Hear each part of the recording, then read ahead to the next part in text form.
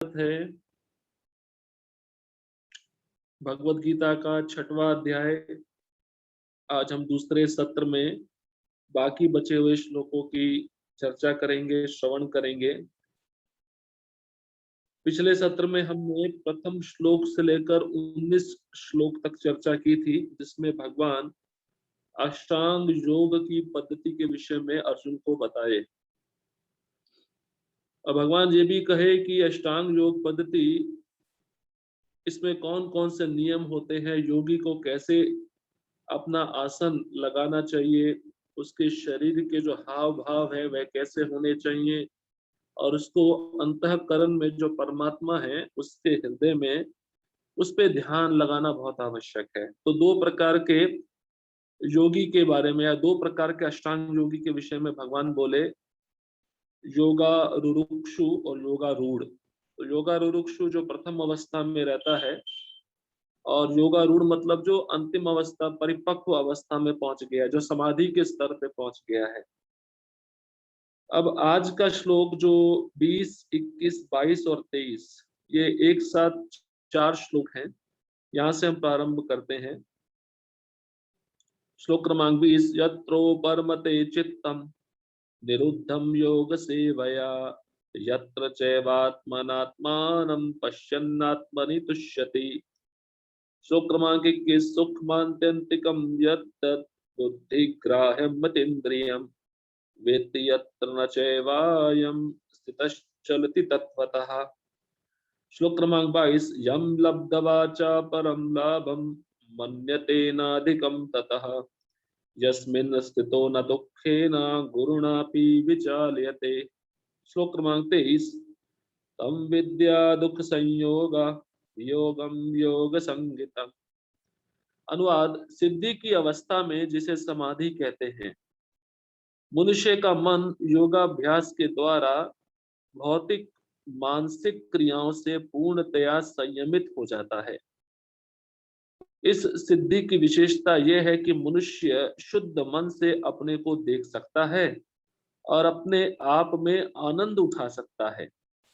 उस आनंदमयी स्थिति में वह दिव्य इंद्रियों द्वारा असीम दिव्य सुख में स्थित रहता है। इस प्रकार स्थापित मनुष्य कभी सत्य से विपथ नहीं होता, और इस सुख की प्राप्ति हो जाने पर वह इससे बड़ा कोई दूसरा लाभ नहीं मानता। ऐसी स्थिति को पाकर मनुष्य बड़ी से बड़ी कठिनाइयों में भी विचलित नहीं होता। यह निस्संदेह भौतिक संसर्ग से उत्पन्न होने वाले समस्त दुखों से वास्तविक मुक्ति है। तो भगवान अर्जुन को कहते हैं मुख्यतः समाधि के विषय में भगवान बता रहे हैं। जब एक अष्टांग योगी योगा रूढ़ की स्थिति में पहुंच जाता है, समाधि की परिपक्व अवस्था में पहुंच जाता है, तो उसका क्या परिणाम होता है, इन 4 श्लोकों में भगवान अर्जुन को कहते हैं कि अपने हृदय में या अपने मन में वो अष्टांग योगी भौतिक विचारों को त्याग देता है।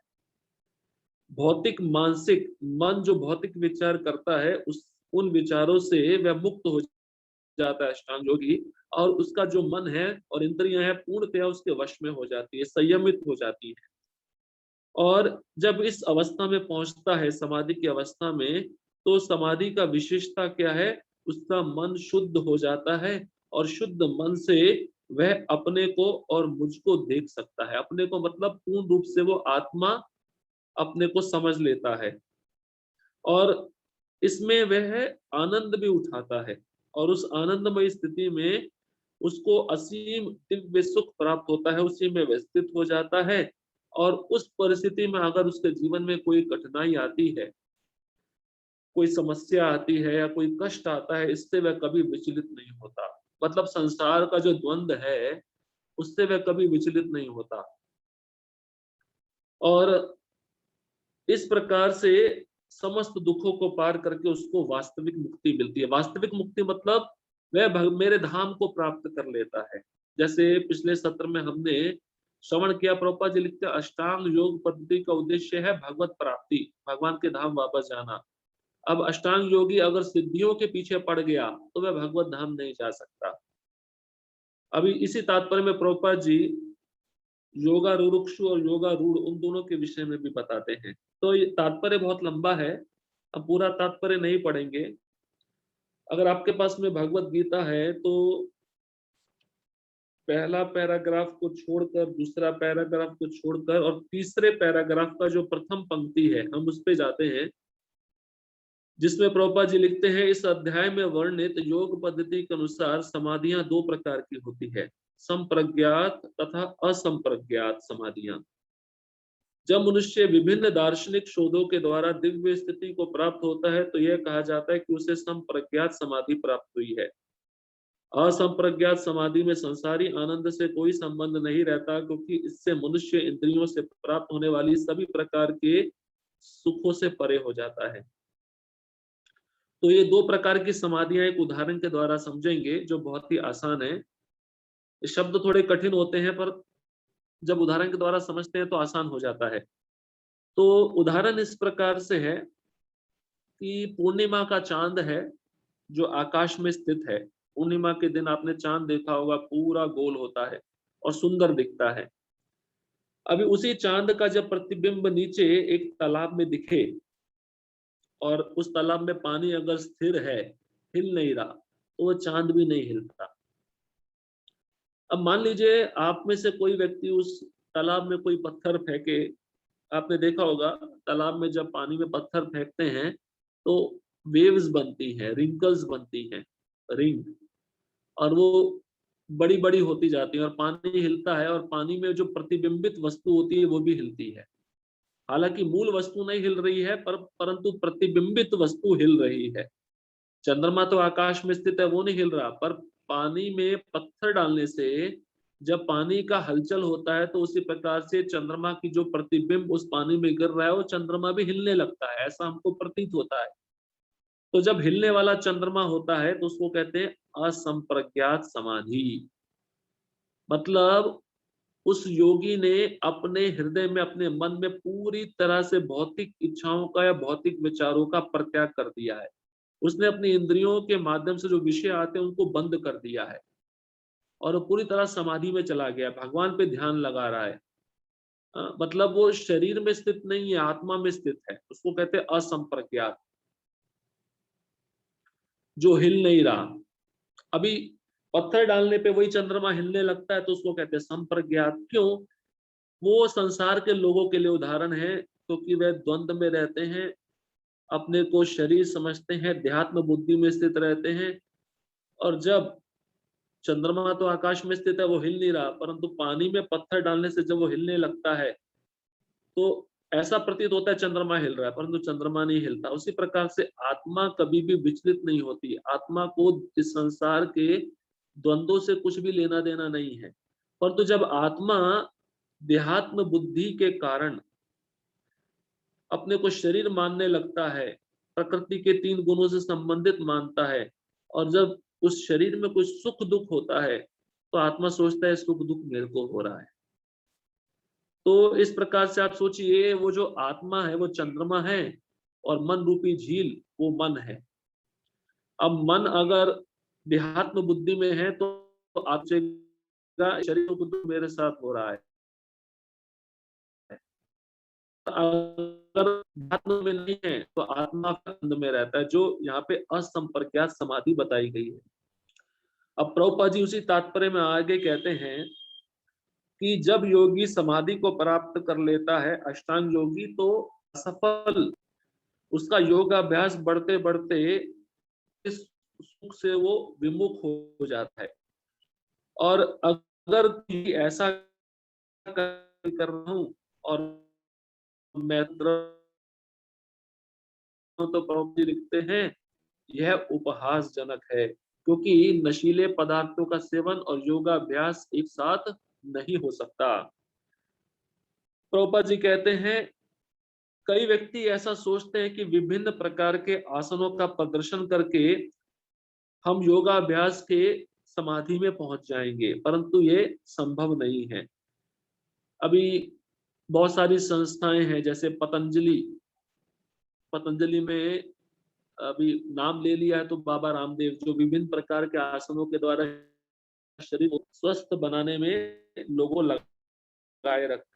तो उनका मुख्य उद्देश्य आत्मा को स्वस्थ बनाना नहीं, शरीर को स्वस्थ बनाना है। ये एक प्रकार के योगा अभ्यास करने वाले लोग हैं कि शरीर में कुछ पीड़ा है तो उसका आसन करके हम उस पीड़ा को दूर कर लें।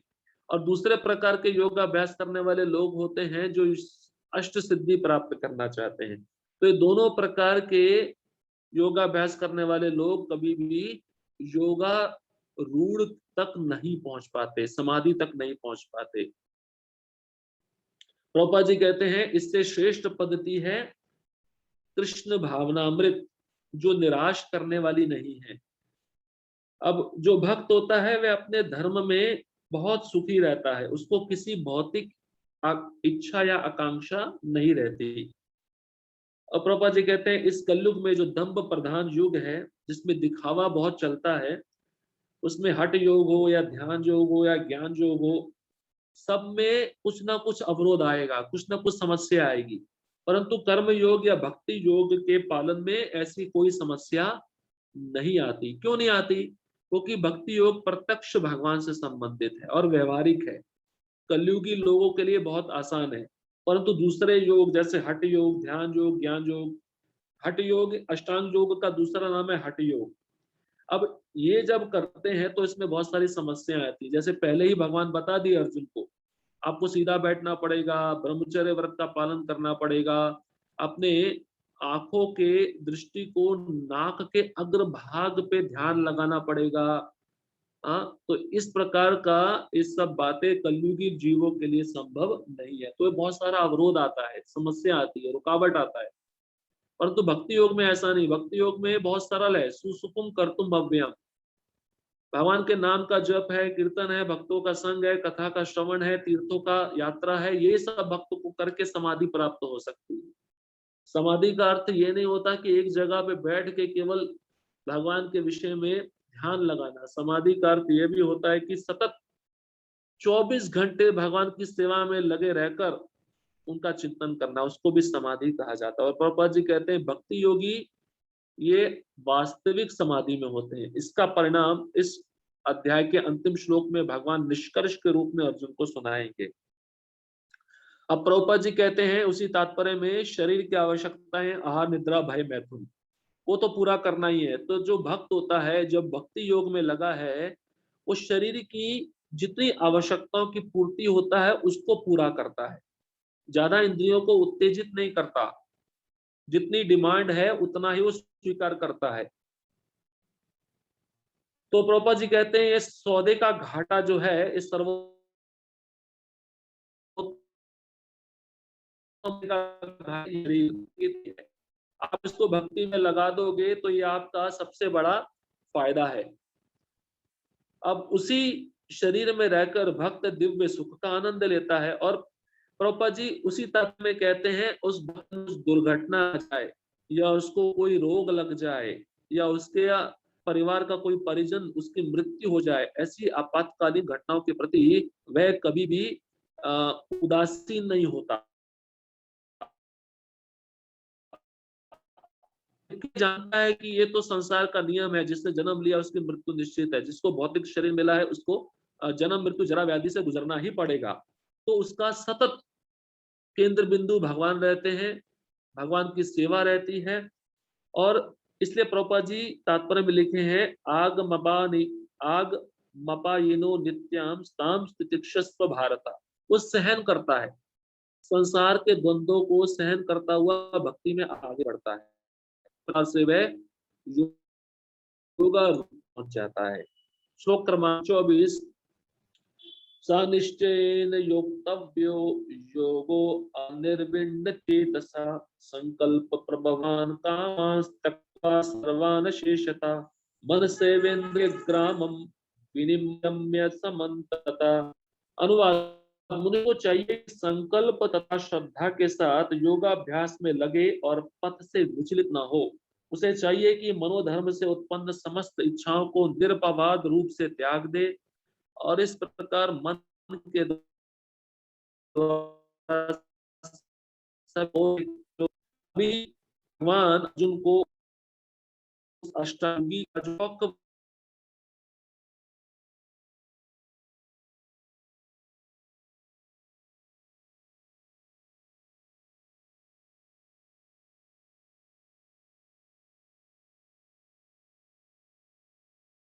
उसको इस अष्टांग योग पर चाहिए। और इस पद्धति में कुछ समस्या आ जाए, कुछ रुकावट आ जाए, तो विचलित नहीं होना है। और मनोधर्म, मन से उत्पन्न धारणाएं, इच्छाएं, उसको त्याग देना चाहिए और पूरी तरह से अपने मन के द्वारा इंद्रियों को वश में करे, क्योंकि इंद्रियों का स्वामी मन है। और जब इस स्थिति में वह योगाभ्यास करते हुए अष्टांग योगी पहुंचता है, तो उसके लिए कोई कठिनाई नहीं है। अब प्रभुपाद जी तात्पर्य भक्ति योगी के लिए लिखे हैं, देखिए बहुत सुंदर तात्पर्य है। हम भी जब भक्ति करते हैं ना, हमारे जीवन में भी कुछ समस्या आ जाती है, हमारा मन विचलित हो जाता है, विक्षेप आ जाता है, द्वंद्वों से हम प्रभावित होते हैं। तो प्रभुपाद जी उपदेशामृत का एक बहुत सुंदर श्लोक लिख रहे हैं। 3 बातें: उत्साह निश्चया धैर्य तत्त कर्म प्रवर्तनात् संग त्यागास्ततो वृत्ते षड्भिर भक्तिर प्रसिद्ध्यति। रूप गोस्वामी बहुत सिंपल फॉर्मूला बताएं भक्ति में आगे बढ़ने का। उत्साह, उत्साह होना चाहिए भक्ति में हमेशा। ऐसा नहीं कि नए नए आते हैं भक्ति में तो हमारा उत्साह होता है, परंतु 15-20 साल बीत जाते हैं, हमारा उत्साह चला जाता है। उत्साह जाने के पीछे कुछ कारण रहते हैं। उत्साह के साथ निश्चय होना चाहिए। निश्चय, निश्चय मतलब पूर्ण श्रद्धा कि भगवान मेरा रक्षण करेंगे। और धैर्य, धैर्य मतलब पेशेंस होना चाहिए। मैं भक्ति मार्ग में हूँ, हाँ समस्या आएंगी, इनको मुझे सहन करना है और मुझे असली कृष्ण प्रेम की प्रतीक्षा करनी है। जैसे उदाहरण के रूप में चैतन्य लीला में जो मुकुंद दत्त थे, कभी कभार मायावादियों का संग करते थे। तो महाप्रकाश लीला में चैतन्य महाप्रभु से भक्तों ने कहा कि आप मुकुंद दत्त पे कृपा नहीं करेंगे। तो भगवान बोले वो मायावादियों का संग करता है, उसको बोलो कि वो 10,000 जन्मों तक इंतजार करे, 10,000 जन्मों के बाद मैं उसको दर्शन दूंगा, 10,000 जन्मों के बाद वो मेरे धाम में आएगा। तो सभी भक्तों ने मिलकर मुकुंद दत्त को सूचना दी और मुकुंद दत्त जब सुने तो इतने खुश हो गए, इतने प्रेम में निमग्न हो गए। तो उन्होंने बोला कि चलो ठीक है, 10,000 साल बहुत कम समय है, भगवान मेरे पे कृपा दृष्टि तो डालेंगे ना 10,000 साल के बाद, तब तक मैं प्रतीक्षा करूंगा। इसको कहते हैं धैर्य। एक भक्त को भक्ति में धैर्य रखना बहुत जरूरी है। एक बीज भी हम बोते हैं तो बीज बोने वाला माली उस पेड़ के फलों को जब अच्छे से देखभाल करता है बीज का, तो पेड़ बढ़ता है धीरे धीरे, उसको 15 साल लगता है फल देने में, तो उसके लिए प्रतीक्षा करता है। तो भक्ति में प्रतीक्षा या धैर्य बहुत आवश्यक है। तो ये 3 चीजें महत्वपूर्ण है, प्रभुपाद जी इसी के द्वारा बता रहे हैं। उत्साह होना चाहिए भक्ति में, निश्चय होना चाहिए और धैर्य होना चाहिए। और पूर्ववर्ती आचार्यों का जो मार्गदर्शन है, उनके पद चिन्ह है, उस पर हमें चलना चाहिए। और संग त्याग देना चाहिए किनका? जो कर्मी है, जो ज्ञानी है, जो भौतिकतावादी हैं, जो अष्ट सिद्धि प्राप्त करने के इच्छुक हैं, उनका संग हमें त्याग देना चाहिए। तभी हमारी भक्ति में प्रसिद्धि होती है। अभी प्रभुपाद जी उसी तात्पर्य में गौरिया पक्षी का उदाहरण दे रहे हैं। बहुत ही महत्वपूर्ण उदाहरण है, छोटी सी कहानी है। एक गौरिया नाम का पक्षी थे और उसका अंडे सब समुद्र ले लिए थे।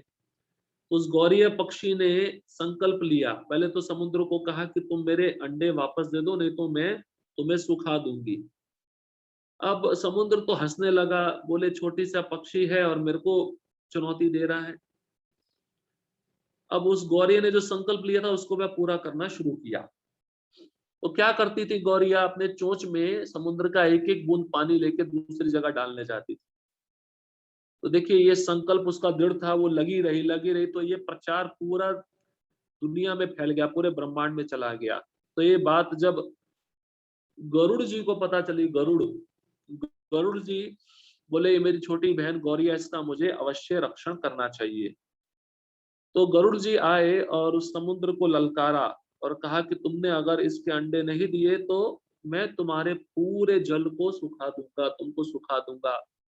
तो समुद्र ने भयभीत होकर उस गौरीय पक्षी के अंडे वापस लौटा दिए। तो इससे हमें क्या शिक्षा मिलती है कि हमारा भी कृष्ण भावना भावित जीवन वो माया रूपी समुद्र ने निगल लिया है। जो हमारे कृष्ण भावनामृत में अंडे हैं उनको माया रूपी समुद्र ने निगल लिया है। अगर अगर हम संकल्पवान हैं, दृढ़ है, श्रद्धालु हैं भगवान पर, भगवान के भक्ति मार्ग पर, और प्रयास कर रहे हैं, तो जो गुरु होते हैं, गरुड़, गरुड़ की तुलना गुरु है, वो हमको इस संसार से निकाल लेंगे। तो इस गौरिया पक्षी का जो कहानी है, प्रभुपाद जी तात्पर्य में क्यों डाले? उत्साह निश्चय धैर्यात्, क्योंकि प्रभुपाद जी तात्पर्य के प्रथम पंक्ति में बोले हैं, योगाभ्यास करने वाले को दृढ़ संकल्प होना चाहिए, और उसे चाहिए कि बिना विचलित हुए धैर्य पूर्वक अभ्यास करे। अभी कभी कभार बहुत सारे भक्त पूछते हैं, प्रभु जी इतने सालों से जप कर रहे हैं, हमको कृष्ण प्रेम का एक बूंद भी प्राप्त नहीं हुआ, क्या होगा, हमारा भविष्य क्या है? ब्रह्मचारी भी सोचते हैं, काफी लंबा समय ब्रह्मचर्य आश्रम में बिता लिया, बूढ़े हो गए तो हमारा क्या होगा? हमारा कौन देखभाल करेगा अगर कोई बीमारी हो गई? हम्म, और अगर हमको आश्रम से निकाल दिया गया, इस्कॉन की संस्था ने हमको निकाल दिया, तो हमारा क्या होगा? इसका मतलब भगवान के वचनों पर श्रद्धा नहीं है, पूर्ण विश्वास नहीं है, भक्ति में धैर्य नहीं है, इसलिए ये सब संशय उत्पन्न होते हैं। और भगवान गीता में बोले हैं, ये संशय असुर के समान है। इसलिए भगवान के वचनों पर पूर्ण श्रद्धा होनी चाहिए। सब कुछ छोड़ के आए हैं, भगवान का आश्रय लिया है, तो भगवान हमारा रक्षण करेंगे। योग क्षेमम वहां में हम, बस हमें इतना करना है कि अपने भक्ति मार्ग में हमें दृढ़ संकल्प होना है और विचलित नहीं होना, क्योंकि ये कलयुग है, और कलयुग में मुख्य रूप से विपदाएं आती हैं, कष्ट आता है, समस्याएं आती हैं। तब उदाहरण ले सकते हैं, देखिए पांडवों का, कुंती महारानी का, प्रहलाद महाराज, उनके जीवन में कितनी विपदाएं आई, कितने तकलीफें आई, कितने कष्ट आए, उन्होंने कितना सहन किया, पर भक्ति मार्ग को कभी छोड़ा नहीं। यही हमें सीखना है उनसे। और प्रभुपाद जी उस तात्पर्य के अंत में एक बहुत सुंदर सुंदर 4 लाइनों का पैराग्राफ दिए हैं। इसी प्रकार योग, प्रभुपाद जी कहते हैं, विशेषतः कृष्ण भावनामृत में भक्ति योग अत्यंत दुष्कर प्रतीत हो सकता है। प्रभुपाद बोले भक्ति योग मुश्किल लग सकता है, किंतु जो संकल्प के साथ नियमों का पालन करता है, ये बहुत महत्वपूर्ण बात है। जिसने दृढ़ श्रद्धा रखकर, जैसे ध्रुव महाराज के अंदर दृढ़ श्रद्धा थी, छोटे बालक थे, मुझे भगवान को प्राप्त करना ही है, ऐसे भक्त का भाव होना चाहिए भक्ति मार्ग में। अगर वो संकल्प ले ले कि सुबह उठना है मंगल आरती के लिए, तो उठना ही है, तो भगवान निश्चित रूप से उसकी सहायता करते हैं। प्रभुपाद जी उसी लाइन में आगे लिख रहे हैं, क्योंकि जो अपनी सहायता आप करते हैं, भगवान उनकी सहायता करते हैं। सीधी सी बात है, अगर हम अपने को ऊपर नहीं बढ़ाएंगे तो भगवान हमको क्यों मदद करेंगे फिर? इसलिए पहले हमें प्रयास करना है, और हमारे गंभीरता पूर्वक प्रयास से भगवान प्रसन्न हो जाएंगे, और फिर हमको कोई भक्त भेज देंगे मार्गदर्शन करने के लिए, या स्वयं शास्त्र के अनुसार मार्गदर्शन करेंगे। इससे हम आगे बढ़ सकते हैं। श्लोक क्रमांक 25। शनैः शनैरुपरमेद् बुद्ध्या धृतिगृहीतया आत्मसंस्थं मनः कृत्वा न कचित्वपि चिन्तयेत्।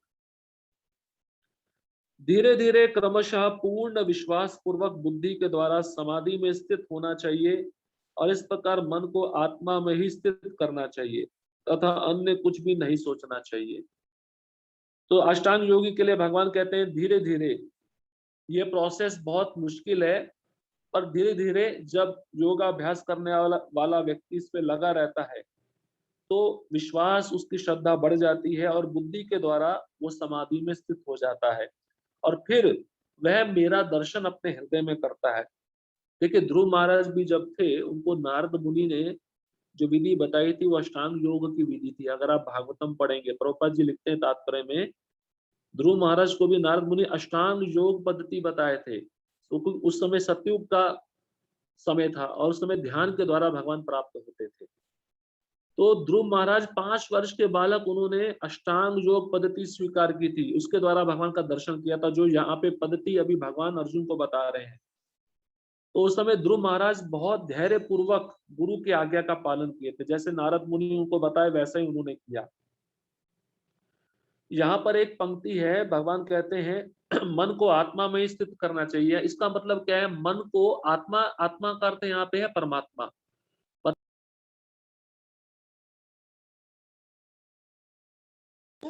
तभी वैसे हो पाएगा समाधि में, और मेरे अलावा उसको और किसी चीज का चिंतन नहीं करना है। क्योंकि भगवान यहाँ पे बोले अन्य कुछ भी नहीं सोचना है उसको, केवल मेरे रूप को चिंतन करना है। तात्पर्य, समुचित विश्वास तथा बुद्धि के द्वारा मनुष्य को धीरे धीरे सारे इंद्रिय कर्म करने बंद कर देने चाहिए। यह प्रत्याहार कहलाता है। प्रत्याहार का मतलब क्या है? अष्टांग योगी क्या करता है? अपनी इंद्रियों के द्वार को बंद कर देता है। जैसे आंख रूप को दिखती है, आंख पूरा बंद नहीं करेगा, पूरा बंद करेगा तो नींद आ जाएगा, पूरा खोलेगा तो विषयों का चिंतन होगा, इसलिए वो अर्ध निमिलित बोलते हैं। आधी खुली हुई और आधी बंद। और ये आधी खुली हुई आंखों से वह tip of the toes nose, यहाँ पे जो नाक का अग्रभाग है उस पे वह ध्यान केंद्रित करता है। अब कान है, कान के जो द्वार है वो शब्द सुनना चाहते हैं तो भौतिक शब्दों को सुनना बंद कर देता है। ये जो इंद्रियों के द्वारा इंद्रिय विषयों को बंद करना है, इसको प्रत्याहार कहते हैं। मतलब इंद्रियां जहां जहां भटक रही है विषयों में, उसको खींच के वापस ले आता है, उसको प्रत्याहार बोलते हैं। और इस प्रकार से अष्टांग योगी क्या करता है? मन को विश्वास, ध्यान तथा इंद्रिय निवृत्ति द्वारा वश में करते हुए समाधि में स्थिर करना चाहिए। प्रभुपाद जी कहते हैं दूसरे शब्दों में, जब तक शरीर का अस्तित्व है, शरीर का एग्जिस्टेंस है, तब तक मनुष्य पदार्थ में लगा रहता है। पदार्थ मतलब मैटर, इस संसार का।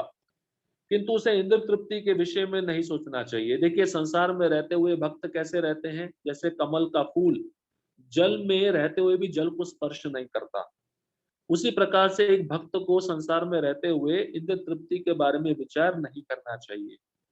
और जब उसका मन इंद्र तृप्ति का विचार करना बंद कर देता है, इंद्र तृप्ति का चिंतन करना बंद कर देता है, तो उसको कृष्ण भावना मृत का अभ्यास की जो विधि है, अवस्था है, स्वाभाविक रूप से प्राप्त हो जाती है। मतलब इंद्र तृप्ति को आपने त्याग दिया तो कृष्ण का ऑटोमेटिक चिंतन होगा।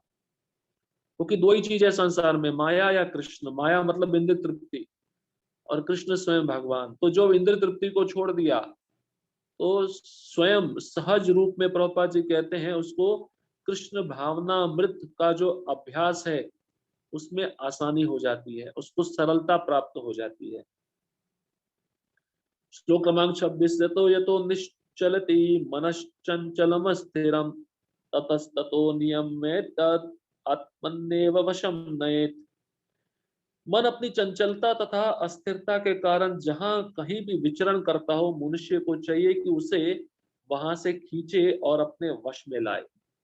अभी मन के बारे में भगवान अर्जुन को बताएंगे, क्योंकि योगाभ्यास में, अष्टांग योग पद्धति में मन का बहुत ही प्रमुख रोल रहता है, भूमिका रहती है।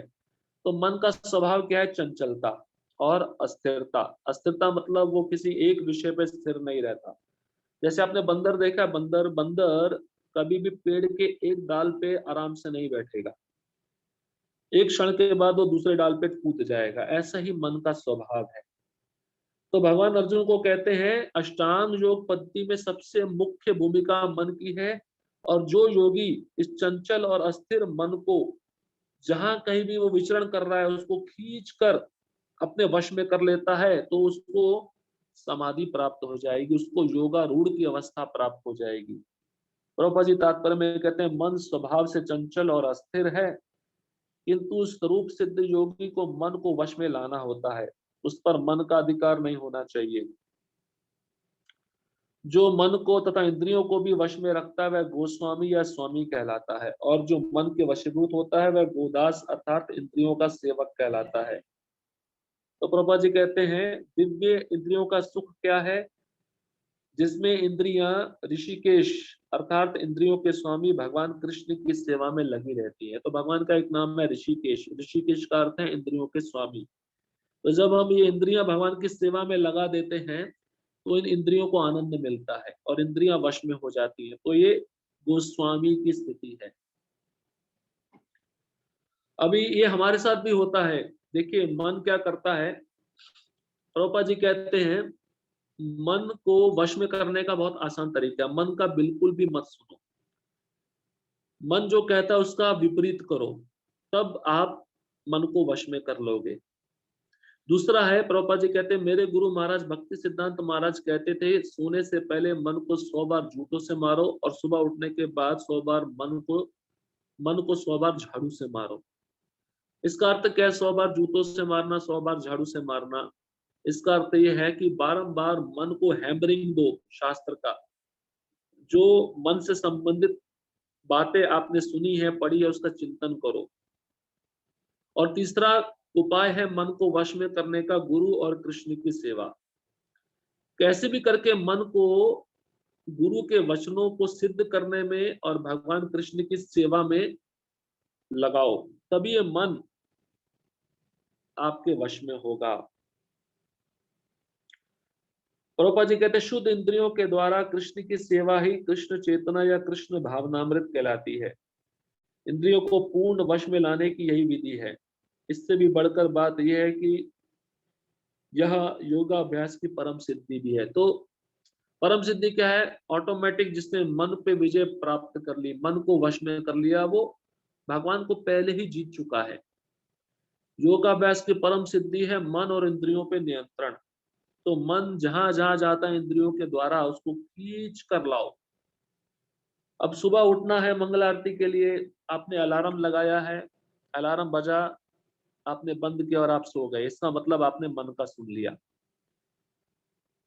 अब दूसरा ऑप्शन क्या है? अलार्म बज गया है, आप उसको बंद करो, तुरंत उठ के बैठ जाओ और फिर प्रणाम करो, और प्रणाम करने के पश्चात आपका जो क्रिया है वो शुरू कर दो। इससे इससे क्या होगा? आप मन का नहीं सुने। तो जब हम मन का सुनते हैं तो मन हमको दुर्गति की तरफ लेके जाएगा, और जब हम मन का नहीं सुनते तो हमारी सदगति होगी। अब अगले श्लोक में, श्लोक क्रमांक 27, उसमें भगवान कहते हैं प्रशांत मनसं ह्येनं योगिनं सुखमुत्तमम् उपैति शांत रजसं ब्रह्मभूत मकल्मषम्। जिस योगी का मन मुझ में स्थिर रहता है वह निश्चय ही दिव्य सुख की सर्वोच्च सिद्धि प्राप्त करता है। वह रजोगुण से परे हो जाता है, वह परमात्मा के साथ अपनी गुणात्मक एकता को समझता है और इस प्रकार अपने समस्त विगत कर्मों के फल से निवृत्त हो जाता है। देखिए मन को वश में करने का क्या परिणाम है भगवान यहाँ पे बता रहे हैं। पहला है कि उसका मन मुझ में स्थिर हो जाता है। मत चित्ता, भगवान बोले गीता में, मत चित्ता मतलब मन, उस चित्त को मुझ में लगाओ। देखिए बहुत समझने वाली बात है। मन दो प्रकार का है, एक कॉन्शियस एक सब कॉन्शियस।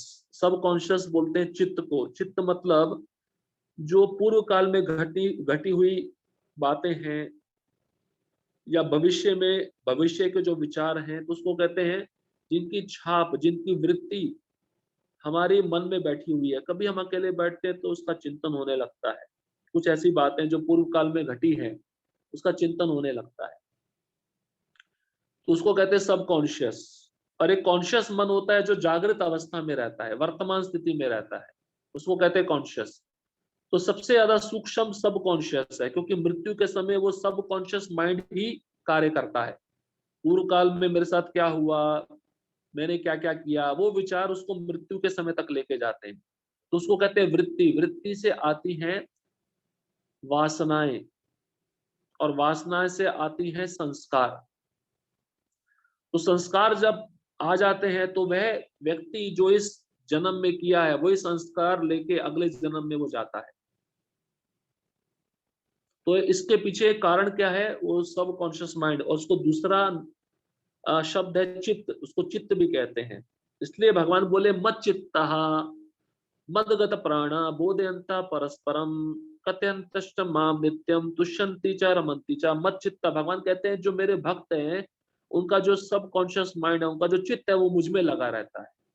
इसलिए भगवान यहाँ पे देखिए दोबारा बोले जिस योगी का मन मुझ में लग गया है उसको दिव्य सुख की प्राप्ति हो गई, सर्वोच्च सिद्धि मिल गई। सर्वोच्च सिद्धि मतलब वो इसी जन्म में भगवत धाम जाएगा ही जाएगा। और दूसरा लाभ बताते हैं, रजोगुण से परे हो जाता है। रजोगुण में, रजोगुण का अर्थ है भौतिक इच्छाएं। रजोगुण जो है व्यक्ति को चैन से बैठने नहीं देता। आपने देखा है कई लोग ऐसे होते हैं जो एक जगह बैठते नहीं, चलते रहते हैं, कभी ये करो कभी वो करो, कभी ये सोचो कभी वो सोचो। उनका शांति से बैठने का मन ही नहीं करता, वो पूरी तरह रजोगुनी होते हैं। तो जब मन भगवान में लग गया तो रजोगुण से परे हो जाता है व्यक्ति। और एक बात बता रहे हैं भगवान यहाँ पे, कहते हैं कि ब्रह्म भूतम का अर्थ है कि वह मुझ में और अपने में गुणात्मक भेद नहीं करता।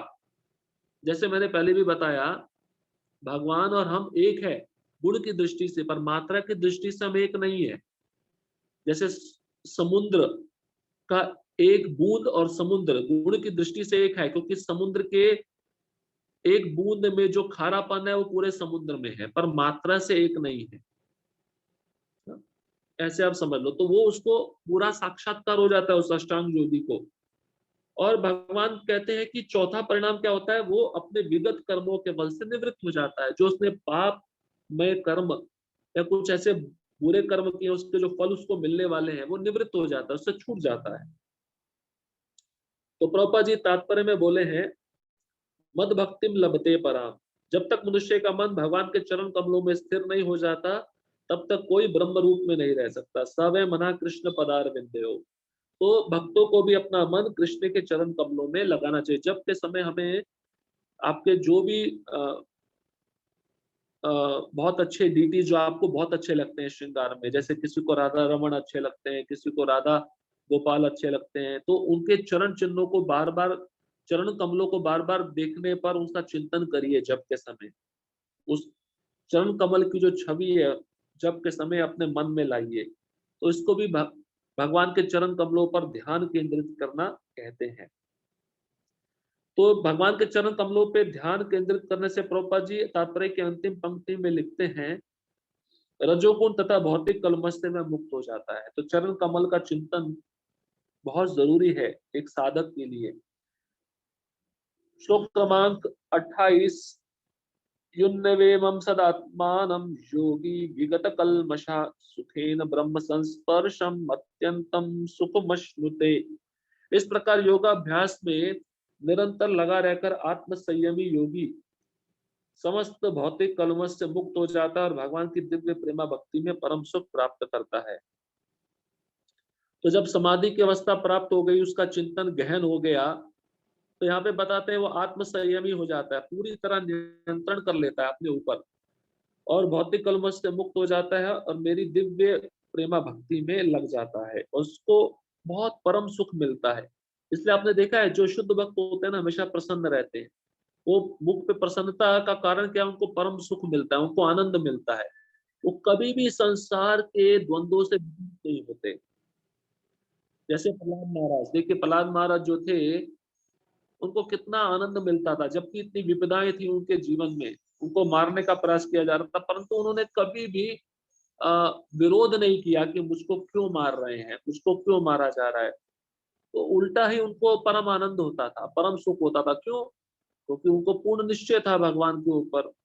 इसको कहते हैं परम सुख। प्रभुपाद जी तात्पर्य में लिखे हैं, भगवान के संबंध में अपनी स्वाभाविक स्थिति को जानना, इसको आत्म साक्षात्कार कहते हैं।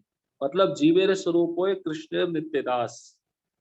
भगवान मेरे स्वामी हैं, मैं उनका दास हूँ। भगवान अंशी है, मैं उनका अंश हूँ। इसलिए मेरा कर्तव्य है उनकी दिव्य सेवा करना। इसी को आत्म साक्षात्कार कहते हैं। श्लोक क्रमांक 29, सर्वभूत समात्मानं सर्वभूतानि चात्मनि इक्षते योग युक्तात्मा सर्वत्र समदर्शन। वास्तविक योगी समस्त जीवों में मुझको तथा मुझ में समस्त जीवों को देखता है। निस्संदेह स्वरूप सिद्ध व्यक्ति मुझ परमेश्वर को सर्वत्र देखता है। अब योगी का लक्षण बता रहे हैं, जो योग की परिपक्व अवस्था में पहुंच चुका है। और शुद्ध भक्त भी कहते हैं, भगवान यहाँ पे कह रहे हैं कि जो योगी है वास्तविक, मतलब जो रियलिटी में योगा रूढ़ की स्थिति को प्राप्त कर लिया है, तो सारे जीवों में मुझको देखता है और मुझ में सारे जीवों को देखता है। तो इसको स्वरूप सिद्ध व्यक्ति बोलते हैं, जिसने अपना स्वरूप स्थिति प्राप्त कर लिया है और मुझ परमेश्वर को सब जगह देखता है। देखिए कोई तमोगुणी व्यक्ति मिलेगा तो उसमें भी उसको भगवान का दर्शन होगा, कोई रजोगुणी व्यक्ति मिलेगा उसमें भी उसको भगवान का दर्शन होगा, कोई पशु मिलेगा तो पशु में भी वो भगवान को देखेगा।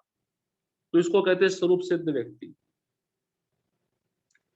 तात्पर्य है कृष्ण भावना भावित योगी पूर्ण दृष्टा होता है, क्योंकि वह परब्रह्म कृष्ण को हर प्राणी के हृदय में परमात्मा रूप में स्थित देखता है।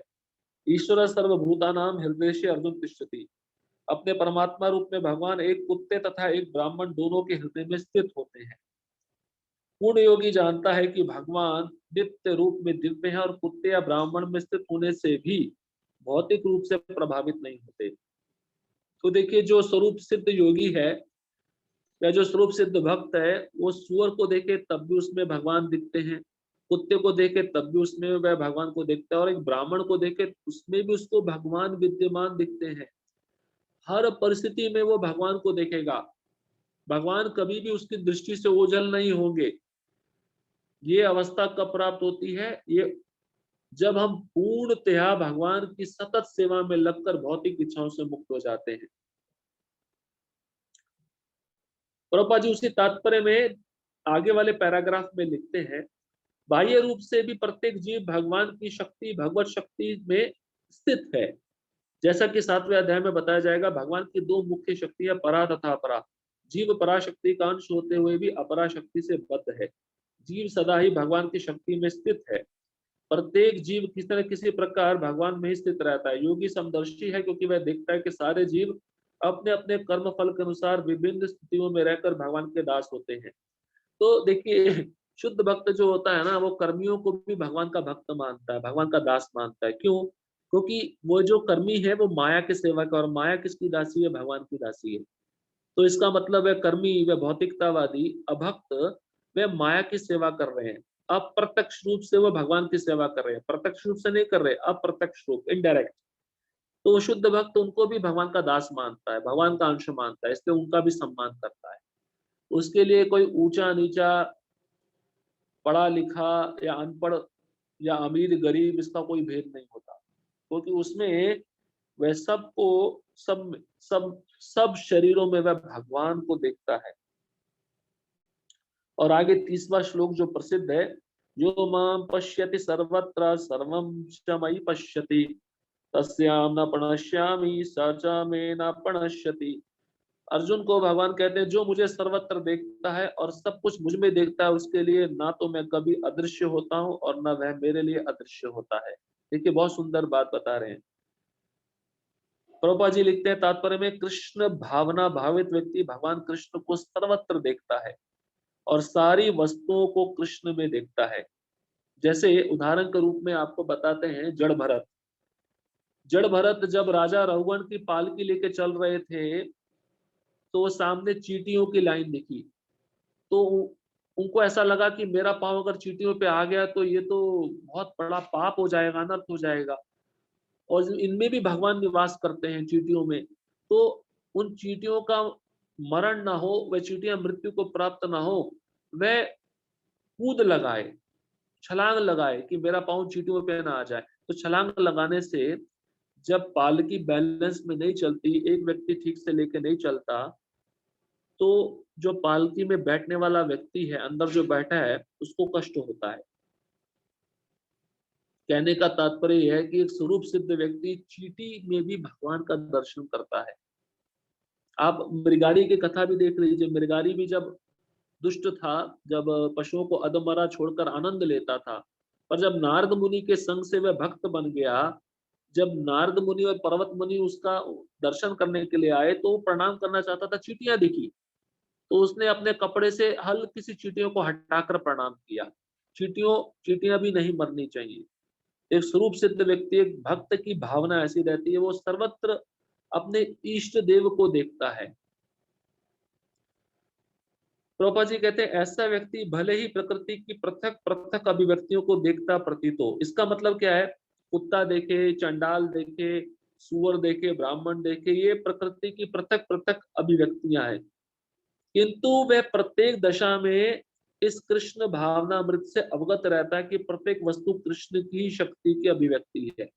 चाहे वो कुत्ते को देखेगा, वो भी कृष्ण की शक्ति है, पेड़ को देखेगा, वो भी कृष्ण की शक्ति है, हाँ, घर की वस्तुओं को देखेगा, वो भी कृष्ण की शक्ति है। क्यों? क्योंकि भगवान गीता में क्या बोले कि भूमि रापो अनल वायु खम मनो बुद्धि रेवचा, ये मेरी अष्ट अष्ट प्रकार की शक्तियां हैं और इन्हीं से सब कुछ प्रकट हुआ है। ये सब कृष्ण की शक्ति है। तो कृष्ण भावनामृत का मूल सिद्धांत ही यह है कि कृष्ण के बिना कोई अस्तित्व नहीं है और कृष्ण ही सर्वेश्वर है। कृष्ण भावनामृत कृष्ण प्रेम का विकास है, ऐसी स्थिति जो भौतिक मोक्ष से भी परे है। अब प्रभुपाद जी बहुत सुंदर श्लोक लिखे ब्रह्म संहिता का। प्रेमांजन श्रित भक्ति विलोचनेन संत सदैव हृदयेषु विलोकयन्ति जम श्याम सुंदर अचिंत्य गुण स्वरूपम गोविंदमादि पुरुषम तमहम भजामि। तो ब्रह्मा जी कहते हैं, मैं आदि भगवान गोविंद की पूजा करता हूँ, जिनका दर्शन भक्तगण प्रेम रूपी अंजन लगे नेत्रों से करते हैं। तो देखिए, जिन भक्तों के आंखों में भक्ति में प्रेम का सूरमा है, अंजन है, तो वही तो भगवान को सब जगह देख सकते हैं, श्याम सुंदर को सब जगह देख सकते हैं। इस अवस्था में ना तो भगवान कृष्ण अपने भक्त की दृष्टि से ओझल होते और ना ही भक्त की उनकी दृष्टि से ओझल हो पाते हैं। यही बात योगी के लिए भी सत्य है, क्योंकि वे अपने हृदय के भीतर परमात्मा रूप में भगवान का दर्शन करता रहता है। तो प्रभुपाद जी दोनों के लिए बता रहे हैं, भक्त के लिए भी और योगी के लिए भी। भक्त के लिए भी भगवान कभी अंतर्धान नहीं होते, और भगवान के हृदय में भी भगवान के हृदय में भी उनका भक्त रहता है। उसी प्रकार से योगी जिसने पूर्ण अवस्था में भगवान पे अपना मन केंद्रित कर दिया है, तो भगवान उसको भी अपना सदैव दर्शन देते हैं, उसकी दृष्टि से कभी ओझल नहीं होते।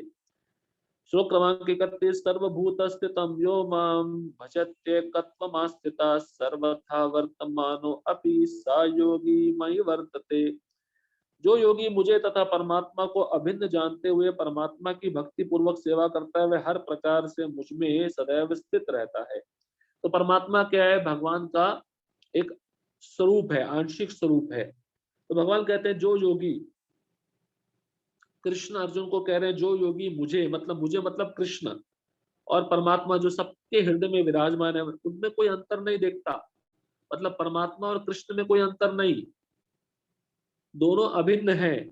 जो इस बात को समझ गया और इस बात को जानते हुए मेरी भक्ति पूर्वक सेवा कर रहा है, वो मुझ में सदैव स्थित रहता है। सदैव स्थित रहता है मतलब उसके विचार सदैव मुझ में लगे रहते हैं। जो योगी परमात्मा का ध्यान करता है, अपने अंतःकरण में चतुर्भुज विष्णु का दर्शन कृष्ण के पूर्ण रूप में शंख चक्र गदा तथा कमल पुष्प धारण किए करता है। योगी को यह जानना चाहिए कि विष्णु कृष्ण से भिन्न नहीं है। देखिए, यहाँ पे एक तरह से प्रभुपाद ये भी बता रहे हैं कि योगी का मुख्य ध्यान क्या है? चतुर्भुज परमात्मा जो सबके हृदय में विराजमान है। अब योगी अगर उस परमात्मा को छोड़कर किसी और वस्तु पे ध्यान लगा रहा है, तो उसका योग करना व्यर्थ है। इसलिए पहले भी बताया, भगवान को जानने की तीन अवस्थाएं हैं: ब्रह्म, परमात्मा, भगवान। ब्रह्म कौन होते हैं? ज्ञानी जन, जो ब्रह्म में लीन होना चाहते हैं। परमात्मा परमात्मा को जानने वाले कौन होते हैं? योगी, जो योग साधना में लगे हैं, अष्टांग योग पद्धति में लगे हैं। और फिर भगवान को जानने वाले कौन होते हैं? भक्त होते हैं। तो भक्त को ब्रह्म का भी ज्ञान रहता है और योग का भी ज्ञान रहता है, और भगवान का तो ज्ञान रहता ही है। परंतु ब्रह्मवादी को, एक ज्ञानी को योग का ज्ञान नहीं है और भगवान का ज्ञान नहीं है, पर बीच में जो परमात्मा को जानने वाला योगी है, उसको खाली ब्रह्म का ज्ञान है। तो ब्रह्म क्या है? भगवान का तेज है। परमात्मा क्या है? लोकलाइज परमात्मा जो सबके हृदय में विराजमान है। और भगवान क्या है? द्विभुज मुरलीधर श्याम सुंदर स्वरूप, इसको कहते हैं भगवान। तो प्रभुपाद जी कह रहे हैं कि परमात्मा रूप में कृष्ण जन जन के हृदय में स्थित है। यही नहीं, ये परमात्मा कौन है? शिरोदकशाही विष्णु, जो क्षीर सागर में रहते हैं, जिनके पास देवता जाके प्रार्थना करते हैं कि आप प्रकट होइए अवतार लेकर और इस संसार के जो भार है उसको खत्म करिए। यही नहीं, असंख्य जीवों के हृदयों में स्थित असंख्य परमात्मा में कोई अंतर नहीं है। ना ही कृष्ण की दिव्य प्रेमा भक्ति में निरंतर व्यस्त व्यक्ति तथा परमात्मा के ध्यान में निरत एक पूर्ण योगी के बीच कोई अंतर है। तो प्रभुपाद जी कह रहे हैं, भक्त जो पूरी तरह से भगवान के चिंतन में लगा है, भगवान के चिंतन में लीन है सेवा करते करते, और योगी जो अपने हृदय में परमात्मा का ध्यान कर रहा है निरंतर, इन दोनों में कोई अंतर नहीं, वो एक ही स्थिति को प्राप्त है। तो प्रभुपाद जी भक्त के बारे में लिखते हैं, एक भक्त जो सदैव कृष्ण के विचारों में स्थित रहता है, भले ही भौतिक जगत में हो, विभिन्न कार्यों में लगा हो और उसका मन केवल कृष्ण में लगा रहता है। अभी मन कैसे कृष्ण में लगेगा? कृष्ण के बारे में श्रवण करके। प्रभुपा जी उसी तात्पर्य में नारद पंचरात्र का एक श्लोक दिए हैं। दिक्काला धनवच्छिन्ने कृष्णे चेतो विधाय च तन्मयो भवति क्षिप्रम जीवो ब्रह्मणि योजयेत। देश काल से अतीत तथा सर्वव्यापी श्री कृष्ण के दिव्य रूप में ध्यान एकाग्र करने से मनुष्य कृष्ण के चिंतन में तन्मय हो जाता है और तब उनके दिव्य सानिध्य की सुखी अवस्था को प्राप्त होता है। योगाभ्यास में समाधि की सर्वोच्च अवस्था कृष्ण भावनामृत है। तो प्रभुपाद जी कह रहे हैं योगाभ्यास का असली मतलब क्या है? 24 घंटा कृष्ण का चिंतन। जैसे गोपियां, जो गोपियां थी वो कृष्ण भावनामृत की सर्वोच्च अवस्था में थी। हर क्षण, देखिए अगर आप भागवतम पढ़े हो तो योगी बताते हैं कि गोपियां इतना कृष्ण का चिंतन करती थी कि नीचे का वस्त्र ऊपर पहन लेती थी और ऊपर का वस्त्र नीचे पहन लेती थी। मतलब उनको शरीर का बारे में कुछ ध्यान ही नहीं था। इसको कहते हैं कृष्ण भावनामृत का उच्चस्त स्तर, उच्चस्त अवस्था। जिसको वह भक्त प्राप्त कर लेता है तो वह कृष्ण को कभी भी भूल नहीं पाता। एक एव परो विष्णु सर्वव्यापी न संशय ऐश्वर्याद रूप में के च सूर्यवत बहुधेयते। विष्णु एक है फिर भी वे सर्वव्यापी हैं। एक रूप होते हुए भी वे अपनी अचिंत्य शक्ति से सर्वत्र उपस्थित रहते हैं। जिस प्रकार सूर्य एक ही समय अनेक स्थानों में दिखता है, तो सूर्य एक है पर उसकी किरणें हर जगह जा रही हैं। उसकी किरणों का अर्थ क्या है? उसकी शक्ति। सूर्य एक जगह पर रहकर अपनी शक्तियां पूरे संसार में बिखेरता है। उसी प्रकार भगवान एक है जो गोलोक में रहकर अपनी शक्तियों के द्वारा इस अनंत कोटि ब्रह्मांडों का संचालन करते हैं। श्लोक क्रमांक 32। आत्मोपन्नेन सर्वत्र समम पश्यति यो अर्जुन सुखम वा यदि वा दुखम स योगी परमो मतः। हे अर्जुन, वह पूर्ण योगी है जो अपनी तुलना से समस्त प्राणियों की उनके सुखों तथा दुखों में वास्तविक समानता का दर्शन करता है। तो ये भक्त का भी दर्शन ऐसा रहता है, पर दुख दुखी। तो भगवान अर्जुन को कहते हैं योगी कैसा है? दूसरे के दुख को देखकर दुखी होता है, दूसरे के सुख को देखकर सुखी होता है। भक्त का भी भावना ऐसा ही होता है। प्रभुपाद जी तात्पर्य की प्रथम पंक्ति में लिख दिए, कृष्ण भावना भावित व्यक्ति पूर्ण योगी होता है। वह अपने व्यक्तिगत अनुभव से प्रत्येक प्राणी के सुख तथा दुख से अवगत होता है। जैसे परीक्षित महाराज भागवतम के 5वें स्कंद के अंतिम अध्याय को जब सुने, अंतिम अध्याय का शीर्षक था नरकों का वर्णन। जब उस अध्याय को सुने तो बहुत दुखी हो गए परीक्षित महाराज। क्यों दुखी हो गए? कि नरक में जीवों को इतना कष्ट भोगना पड़ता है, इनका उद्धार कैसे होगा? तब उन्होंने प्रश्न पूछा। हालांकि उनको तो सब पता है, पर जन कल्याण के लिए प्रश्न पूछा, ये जो पापी जीवात्मा है, पाप कर्म करके नरक में जाते हैं, इनका उद्धार कैसे हो सकता है? तब सुखदेव गोस्वामी अजामिल कथा का उदाहरण प्रस्तुत किए। अजामिल किस प्रकार से पापी था और उसने भगवान नाम लेकर किस प्रकार भगवान के धाम को प्राप्त किया। तो जो भक्त होता है वो जन कल्याण के लिए कार्य करता है। जीव के दुख का कारण ईश्वर से अपने संबंध का विस्मरण हो रहा है। देखिए प्रभुपाद जी स्पष्ट कह रहे हैं, हमारा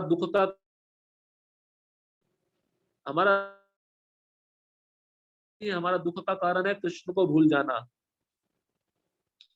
और सुख का कारण कृष्ण को मनुष्यों के समस्त कार्यों का परम भोक्ता, समस्त भूमि तथा लोगों का स्वामी एवं समस्त जीवों का परम हितैषी मित्र समझना है।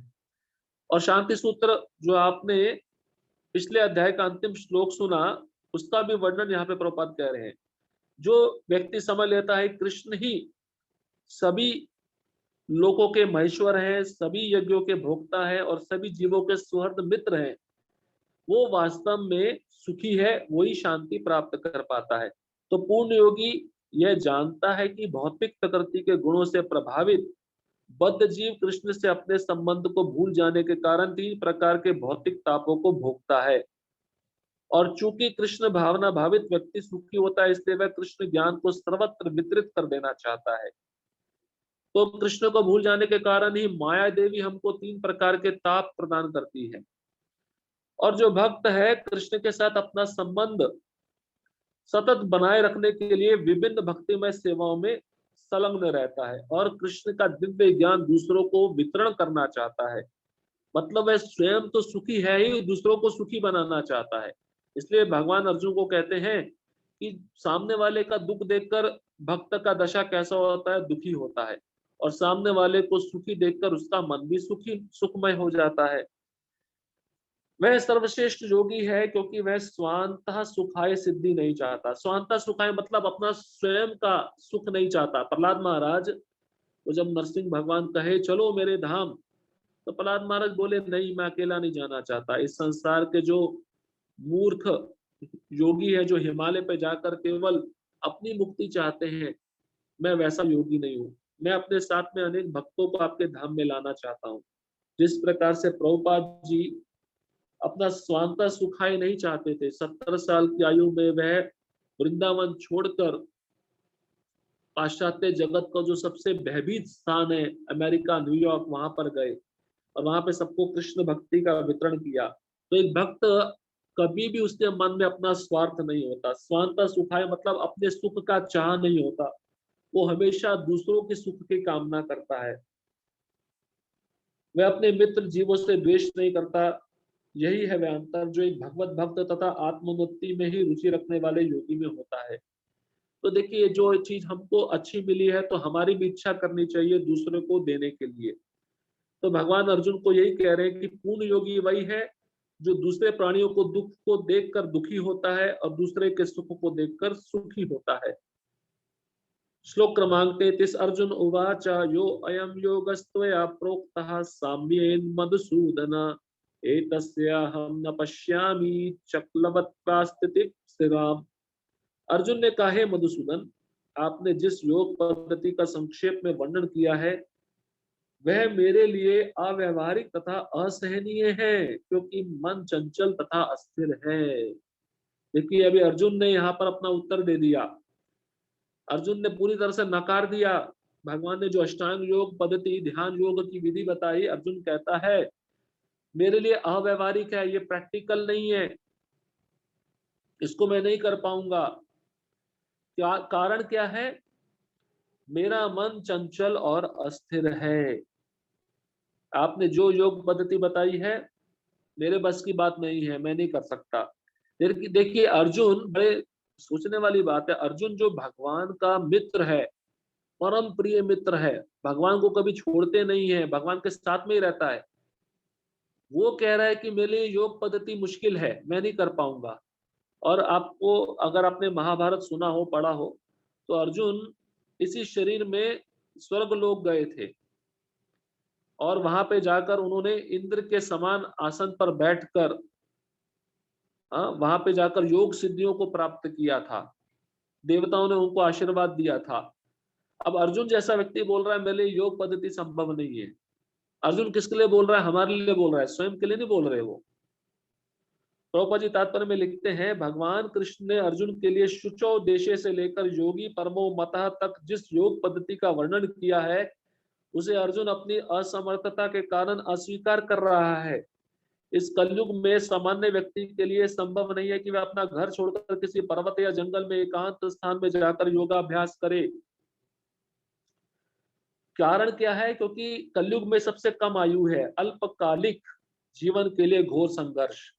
अभी 100 साल का आयु बोलते हैं तो 70 साल का रह गया, उसमें भी संघर्ष चलता है। उसमें व्यक्ति क्या ध्यान लगाएगा, क्या अष्टांग योग पद्धति का वर्णन करेगा या उसको स्वीकार करेगा? तो प्रभा जी कहते हैं लोग सरल व्यवहारिक साधनों से भी आत्म साक्षात्कार के लिए उत्सुक या गंभीर नहीं है, तो फिर इस कठिन योग पद्धति के विषय में क्या कहा जा सकता है? प्रभा जी कहते हैं हम किसी को बोलते हैं आइए मंदिर, आइए प्रसाद लीजिए, वो आते नहीं है। सबसे सरल विधि है प्रसाद लेना। अभी ये विधि बताएंगे तो दिमाग ही खराब हो जाएगा, बोलेगा मेरे बस का बात नहीं है, इसको मैं नहीं कर सकता। प्रभुपाद जी कहते हैं इस मुश्किल योग विधि के बारे में बताएगा तो कोई आएगा भी नहीं। प्रभुपाद जी कहते हैं व्यवहारिक व्यक्ति के रूप में अर्जुन ने सोचा कि इस योग पद्धति का पालन असंभव है, भले ही वह कई बातों में इस पद्धति पर खरा उतरता था। वह राजवंशी था और उसमें अनेक सद्गुण थे। वह महान योद्धा था, वह दीर्घायु था, और सबसे बड़ी बात तो यह है कि वह भगवान श्री कृष्ण का घनिष्ठ मित्र था। देखिए प्रभुपाद जी स्वयं तात्पर्य में लिख रहे हैं। हालांकि अर्जुन के अंदर ये सब योग योग की सब चीजें हैं, पर फिर भी वो साधारण व्यक्ति की तरह इसको स्वीकार नहीं कर रहे। प्रभुपाद जी कहते हैं 5000 वर्ष पूर्व अर्जुन को हमसे अधिक सुविधाएं प्राप्त थी, तो भी उसने इस योग पद्धति को स्वीकार करने से मना कर दिया। वास्तव में इतिहास में कोई ऐसा प्रलेख प्राप्त नहीं है जिससे यह ज्ञात हो सके कि उसने कभी योगाभ्यास किया हो। प्रभुपाद जी कहते हैं इस पद्धति को इस कलयुग के लिए सर्वथा दुष्कर समझना चाहिए, क्योंकि सीधी सी बात है, अभी आजकल के समय में कोई अपना घर छोड़ के जंगल में जाना नहीं चाहता है।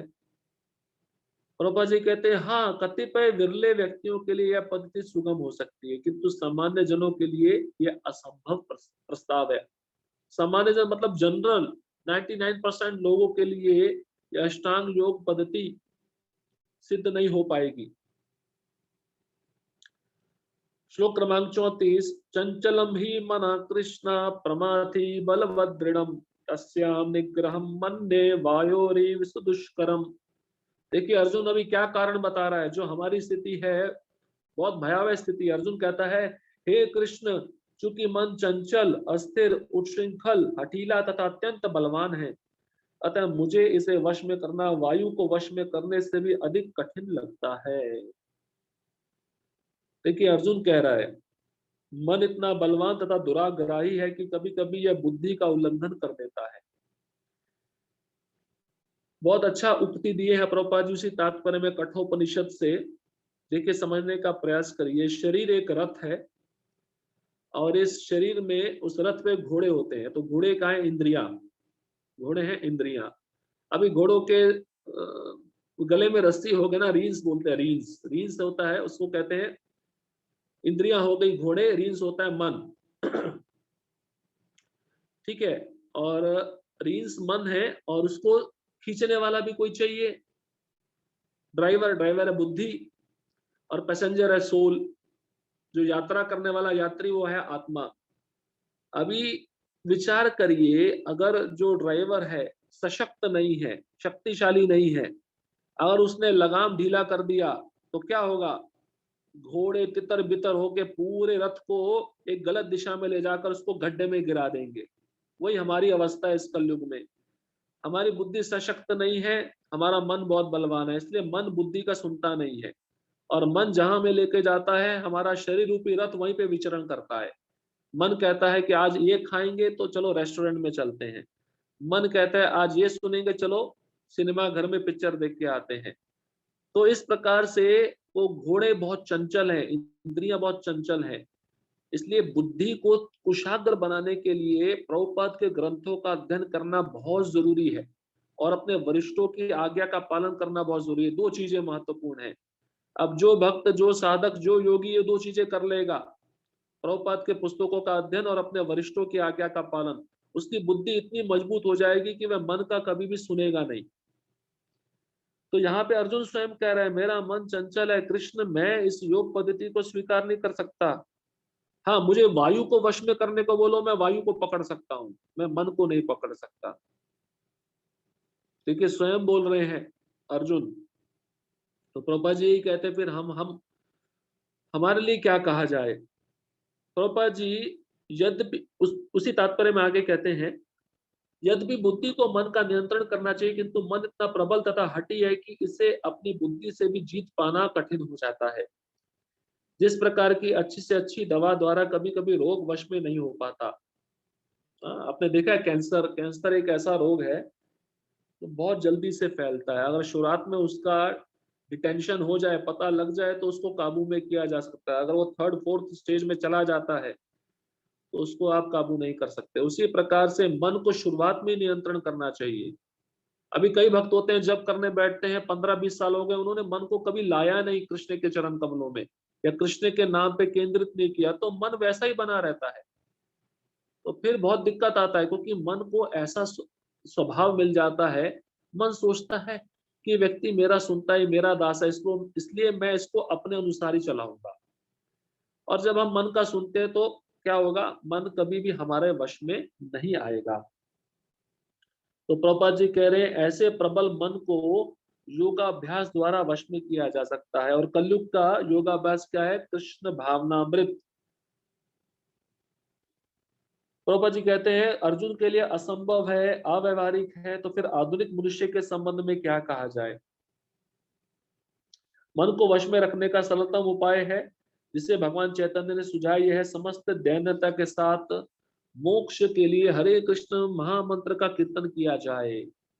देखिए, मन को नियंत्रण करने का बहुत सरल विधि है, हरे कृष्ण मंत्र का जप और कीर्तन। इसके द्वारा मन वश में होता है। इसलिए हम बताते हैं जप के समय अपने मन को कृष्ण के ध्वनि पे केंद्रित करो, कृष्ण के नाम पे केंद्रित करो। ये बहुत महत्वपूर्ण है, उसको उस सुनना चाहिए, उस महामंत्र को श्रवण करना चाहिए। प्रभुपाद का आप टेप भी सुनेंगे, प्रभुपाद कहते हैं just listen, don't do anything, कुछ भी मत करो, खाली उस महामंत्र को सुनो। अब भगवान उपाय बताते हैं मन को वश में करने का। श्लोक क्रमांक 35, श्री भगवान उवाच असंशयं महाबाहो मनो दुर्निग्रहं चलम अभ्यासेन तु कौन्तेय वैराग्यं च गृह्रते। भगवान श्री कृष्ण ने कहा, हे महाबाहु कुंती पुत्र, निस्संदेह चंचल मन को वश में करना अत्यंत कठिन है, किंतु उपयुक्त अभ्यास द्वारा तथा विरक्ति द्वारा ऐसा संभव है। भगवान ने स्वीकार किया, हाँ अर्जुन तुम ठीक कह रहे हो, चंचल मन को नियंत्रित करना बहुत कठिन है, वश में लाना बहुत मुश्किल है, मैं मानता हूं, पर आइडिया है। क्या आइडिया है, क्या तरीका है, अभ्यास, practice. Practice makes a man perfect. कोई भी शुरुआत में जो क्रिया करता है उसमें परफेक्शन नहीं होता, उसमें पूर्णता नहीं होती, और जैसे जैसे वो करता है, जैसे जैसे वो करता रहता है, प्रयास करता रहता है, इंडेवर करता रहता है, अभ्यास करता रहता है, वही क्रिया में वो सफल हो जाता है। इसलिए बड़े बड़े गोल्ड मेडलिस्ट, ओलंपिक में जीतने वाले गोल्ड मेडल, ये सब एक दिन में नहीं बनते, इनको सालों साल प्रैक्टिस करनी पड़ती है। उसी प्रकार से भगवत धाम जाना है, मृत्यु का समय एक क्षण का एक क्षण से भी कम समय का परीक्षा होगा, जिसमें आपका क्या चिंतन चल रहा है। इसलिए अभी से मन को कृष्ण में प्रशिक्षित करना चाहिए। अभी से हमने अपने मन को कृष्ण के चिंतन में नहीं लगाया, कृष्ण की सेवा में नहीं लगाया, तो मृत्यु के समय आधे क्षण से भी कम क्षण में हमारे मन में जो विचार होगा, मन हमको वहीं पे लेके जाएगा। इसलिए भगवान बहुत ही बल दे रहे हैं मन के ऊपर। प्रभुपाद जी कहते हैं अर्जुन द्वारा व्यक्त इस हठीले मन को वश में करने की कठिनाई को भगवान स्वीकार कर लिए। अब भगवान सुझा रहे हैं, प्रस्ताव दे रहे हैं, अभ्यास तथा वैराग्य ये संभव है। अभी प्रभुपाद जी लिखते हैं अभ्यास क्या है। देखिए, वर्तमान युग में तीर्थवास, परमात्मा का ध्यान, ब्रह्मचर्य पालन, ये सब संभव नहीं है। कलयुग में बोलो किसी को मन को नियंत्रित करे, नहीं कर पाएगा। बोलो ब्रह्मचर्य व्रत का पालन करे, नहीं कर पाएगा। बोलो एकांतवास करे, नहीं कर पाएगा। प्रभुपाद कहते किंतु कृष्ण भावनामृत के अभ्यास से मनुष्य भगवान की नवदा भक्ति का आचरण करता है। देखिए, और उसमें देखिए प्रभुपाद जी पहली भक्ति को प्रथम अंग बताते हैं, वो है श्रवण करना। अगर मन को वश में करना है तो कृष्ण के बारे में श्रवण करो। कृष्ण के बारे में श्रवण करने से वह भक्त सारी दुश्चिंताओं से मुक्त हो जाता है। और जितना अधिक से अधिक कृष्ण के बारे में श्रवण किया जाएगा, सुना जाएगा, उतना ही मनुष्य कृष्ण के प्रति आसक्त होता जाएगा और विषयों से अनासक्त हो जाएगा। जैसे रुक्मिणी माता, अब रुक्मिणी माता बहुत छोटी थी, जो उनके जो पिता थे भीष्मक, देखिए अपने राज्य में साधु संतों को बुलाकर कृष्ण की कथा रखते थे। छोटी सी बालिका है, वह जाके साधु संतों के पास में बैठकर कृष्ण के बारे में सुनती थी। केवल देखा नहीं था, कृष्ण के बारे में सुनने से रुक्मिणी माता का मन पूरी तरह कृष्ण में आसक्त हो गया। इसलिए मन को वश में करना है, महामंत्र को सुनना होगा, श्रवण करना होगा, भगवान की कथा को सुनना होगा। इससे हमारा मन नियंत्रित होगा और वैराग्य भी आएगा। प्रभुपाद जी बोलते हैं वैराग्य का अर्थ है पदार्थ से विरक्ति और मन का आत्मा में प्रवृत्त होना। पदार्थ मतलब इस संसार के जड़ पदार्थ, जिसमें ये हमारा मन रमा हुआ है, इंद्रियां रमी हुई है, तो उससे विरक्ति। उससे जब वैराग्य आ जाएगा, उसको वैराग्य कहते हैं। जैसे आंख जो है अच्छा रूप देखना बंद कर देगी, केवल कृष्ण के रूप को देखना पसंद करेगी, उसको कहते हैं वैराग्य। तो प्रभुपाद जी कहते हैं, एक और उदाहरण बताए प्रभुपाद जी उसी तात्पर्य में, कृष्ण के विषय में श्रवण करने से मनुष्य स्वतः परमात्मा के प्रति आसक्त हो जाता है। ये वैसे ही है जिस तरह भोजन के प्रत्येक कौर से भूखे को तुष्टि प्राप्त होती है। जैसे कोई भूखा व्यक्ति है, उसके सामने प्लेट रखो, एक एक ग्रास एक एक कौर वो खाएगा, उसकी भूख मिटती जाएगी। और क्या होगा, उसका तुष्टि होगा, शरीर में पोषण मिलेगा, शक्ति आएगी। उसी प्रकार से कृष्ण के बारे में सुनता है तो उसके कृष्ण के प्रति आसक्ति होती है और वह विषयों से अनासक्त हो जाता है, इस संसार से विरक्त हो जाता है। इसलिए श्रवण करना बहुत ही श्रेष्ठ कुशल उपचार है। और प्रभुपाद जी कहते हैं कृष्ण को अर्पित भोजन ग्रहण करना होगा, मतलब प्रसाद ही खाना होगा, यही उपचार है। कृष्ण भावनामृत की विधि यही है, कृष्ण के बारे में सुनो और कृष्ण का प्रसाद लो ज्यादा से ज्यादा। हम क्या करते हैं, सुनते कम है, प्रसाद ज्यादा लेते हैं, इसी कारण से हमारी प्रगति नहीं होती, हमारा मन हमारे वश में नहीं आता। प्रसाद लेना चाहिए पर कम मात्रा में, सुनना ज्यादा चाहिए। बहुत सारे श्लोक है, आगे बढ़ेंगे। श्लोक क्रमांक 36, असंयत असंयतात्मना योगो दुष्प्राप इति मे मति, वश्यात्मना तु यतता शक्यो अवाप्तुमुपायतः। भगवान अर्जुन को भगवान अर्जुन को कहते हैं, जिसका मन उच्छृंखल है उसके लिए आत्म साक्षात्कार कठिन कार्य होता है, किंतु जिसका मन संयमित है और जो समुचित उपाय करता है उसकी सफलता ध्रुव है, ऐसा मेरा मत है। तो भगवान कहते हैं ठीक है, जिसका मन हठीला है, उच्छृंखल है, उसके लिए थोड़ा कठिन हो सकता है, पर जिसका मन संयमित है और जो बहुत ही विचार पूर्वक एक रणनीति बना रहा है भविष्य में कैसे मन को नियंत्रित किया जाए, वो सफलता प्राप्त कर लेगा। तात्पर्य, भगवान घोषणा करते हैं कि जो व्यक्ति अपने मन को भौतिक व्यापारों से विलग करने का समुचित उपचार नहीं करता, उसे आत्म साक्षात्कार में शायद ही सफलता प्राप्त हो सके। भौतिक भोग में मन लगा भौतिक भोग में मन लगाकर योग का अभ्यास करना मानो अग्नि में जल डालकर उसे प्रज्वलित करने का प्रयास करना। तो प्रभुपाद जी स्पष्ट कह रहे हैं, अगर भगवान में मन लगाना है तो भोगों को त्यागना ही होगा। अब ऐसा नहीं कि भोग भी कर रहे हैं, साथ ही साथ कृष्ण का चिंतन भी कर रहे हैं। कैसा है, जलती हुई अग्नि में पानी डालना, जल डालना, तो अग्नि कभी भी जलेगी नहीं, बुझ जाएगी। उसी प्रकार से मैंने पहले भी बताया, दो नाव में पांव रखकर नदी पार नहीं हो सकती, एक नाव में पांव रखना होगा। यहाँ पे 50-50 फॉर्मूला भी काम नहीं करेगा। श्लोक क्रमांक 37, अर्जुन उवाच अयति श्रद्धयोपेतो योगाच्चलित मानसा अप्राप्य योग संसिद्धिं कां गतिं कृष्ण गच्छति। अभी अर्जुन एक प्रश्न पूछ रहा है, बहुत ही महत्वपूर्ण है, हमारे जीवन से संबंधित है। अर्जुन ने सुन लिया योग पद्धति कैसी होती है, फिर उस अर्जुन ने अपना विचार किया, मेरे लिए व्यवहारिक नहीं है। अभी भगवान ने उत्तर भी दिया, इसको कैसे वश में कर सकते हैं। अभी अर्जुन एक प्रश्न पूछता है। अर्जुन ने कहा, हे कृष्ण, उस असफल योगी की गति क्या है जो प्रारंभ में श्रद्धा पूर्वक आत्म साक्षात्कार की विधि ग्रहण करता है, किंतु बाद में भौतिकता के कारण उससे विचलित हो जाता है और योग सिद्धि को प्राप्त नहीं कर पाता। देखिए, बहुत अच्छा प्रश्न है। अर्जुन ये प्रश्न पूछता है, असफल योगी का क्या गंतव्य स्थान है, उसकी क्या गति है। असफल योगी समझे आप, असफल योगी कहते हैं जो शुरुआत में तो आ गया अष्टांग योग करने के लिए या भक्ति करने के लिए, उसने स्वीकार कर लिया श्रद्धा पूर्वक, ये अच्छा है, इसको मैं करूंगा, परंतु कुछ समय के बाद क्या हुआ, भौतिकता के कारण वो विचलित हो गया और उसने योग सिद्धि के मार्ग को छोड़ दिया। तो उसकी क्या गति होगी। जैसे कोई भक्त कृष्ण भावनामृत में इस्कॉन में आया और कुछ समय रहा और फिर गलत संग के कारण भक्ति छोड़ के चला गया, उसकी क्या गति होगी। अब तात्पर्य में प्रभुपाद जी लिखते हैं, भगवत गीता में आत्म साक्षात्कार या योग मार्ग का वर्णन है। आत्म साक्षात्कार का मूलभूत नियम यह है कि जीवात्मा यह भौतिक शरीर नहीं है, अपितु इससे भिन्न है और उसका सुख शाश्वत जीवन, आनंद तथा ज्ञान में निहित है।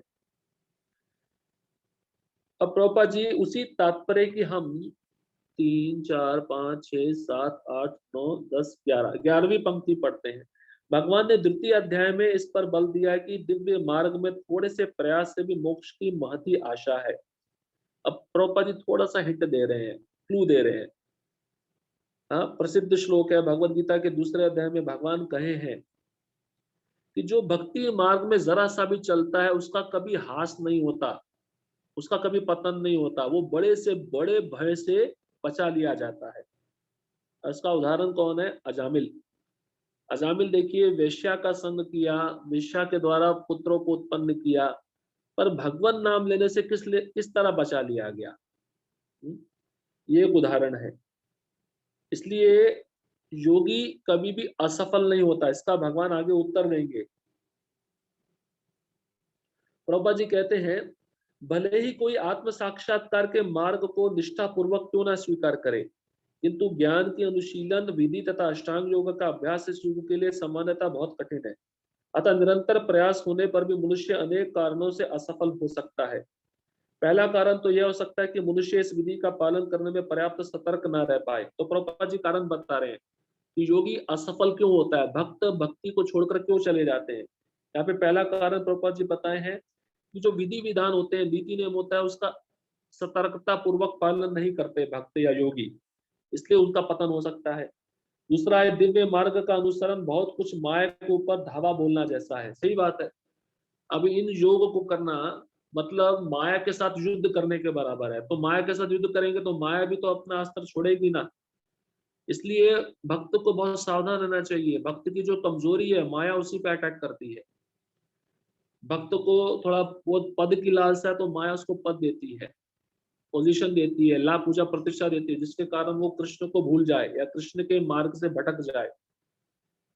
और प्रभुपाद जी कहते हैं, जब भी मनुष्य माया के पास से छूटना चाहता है तब वह विविध प्रलोभनों के द्वारा अभ्यासकर्ता को पराजित करना चाहती है। जो बात मैंने आपको पहले बता दी।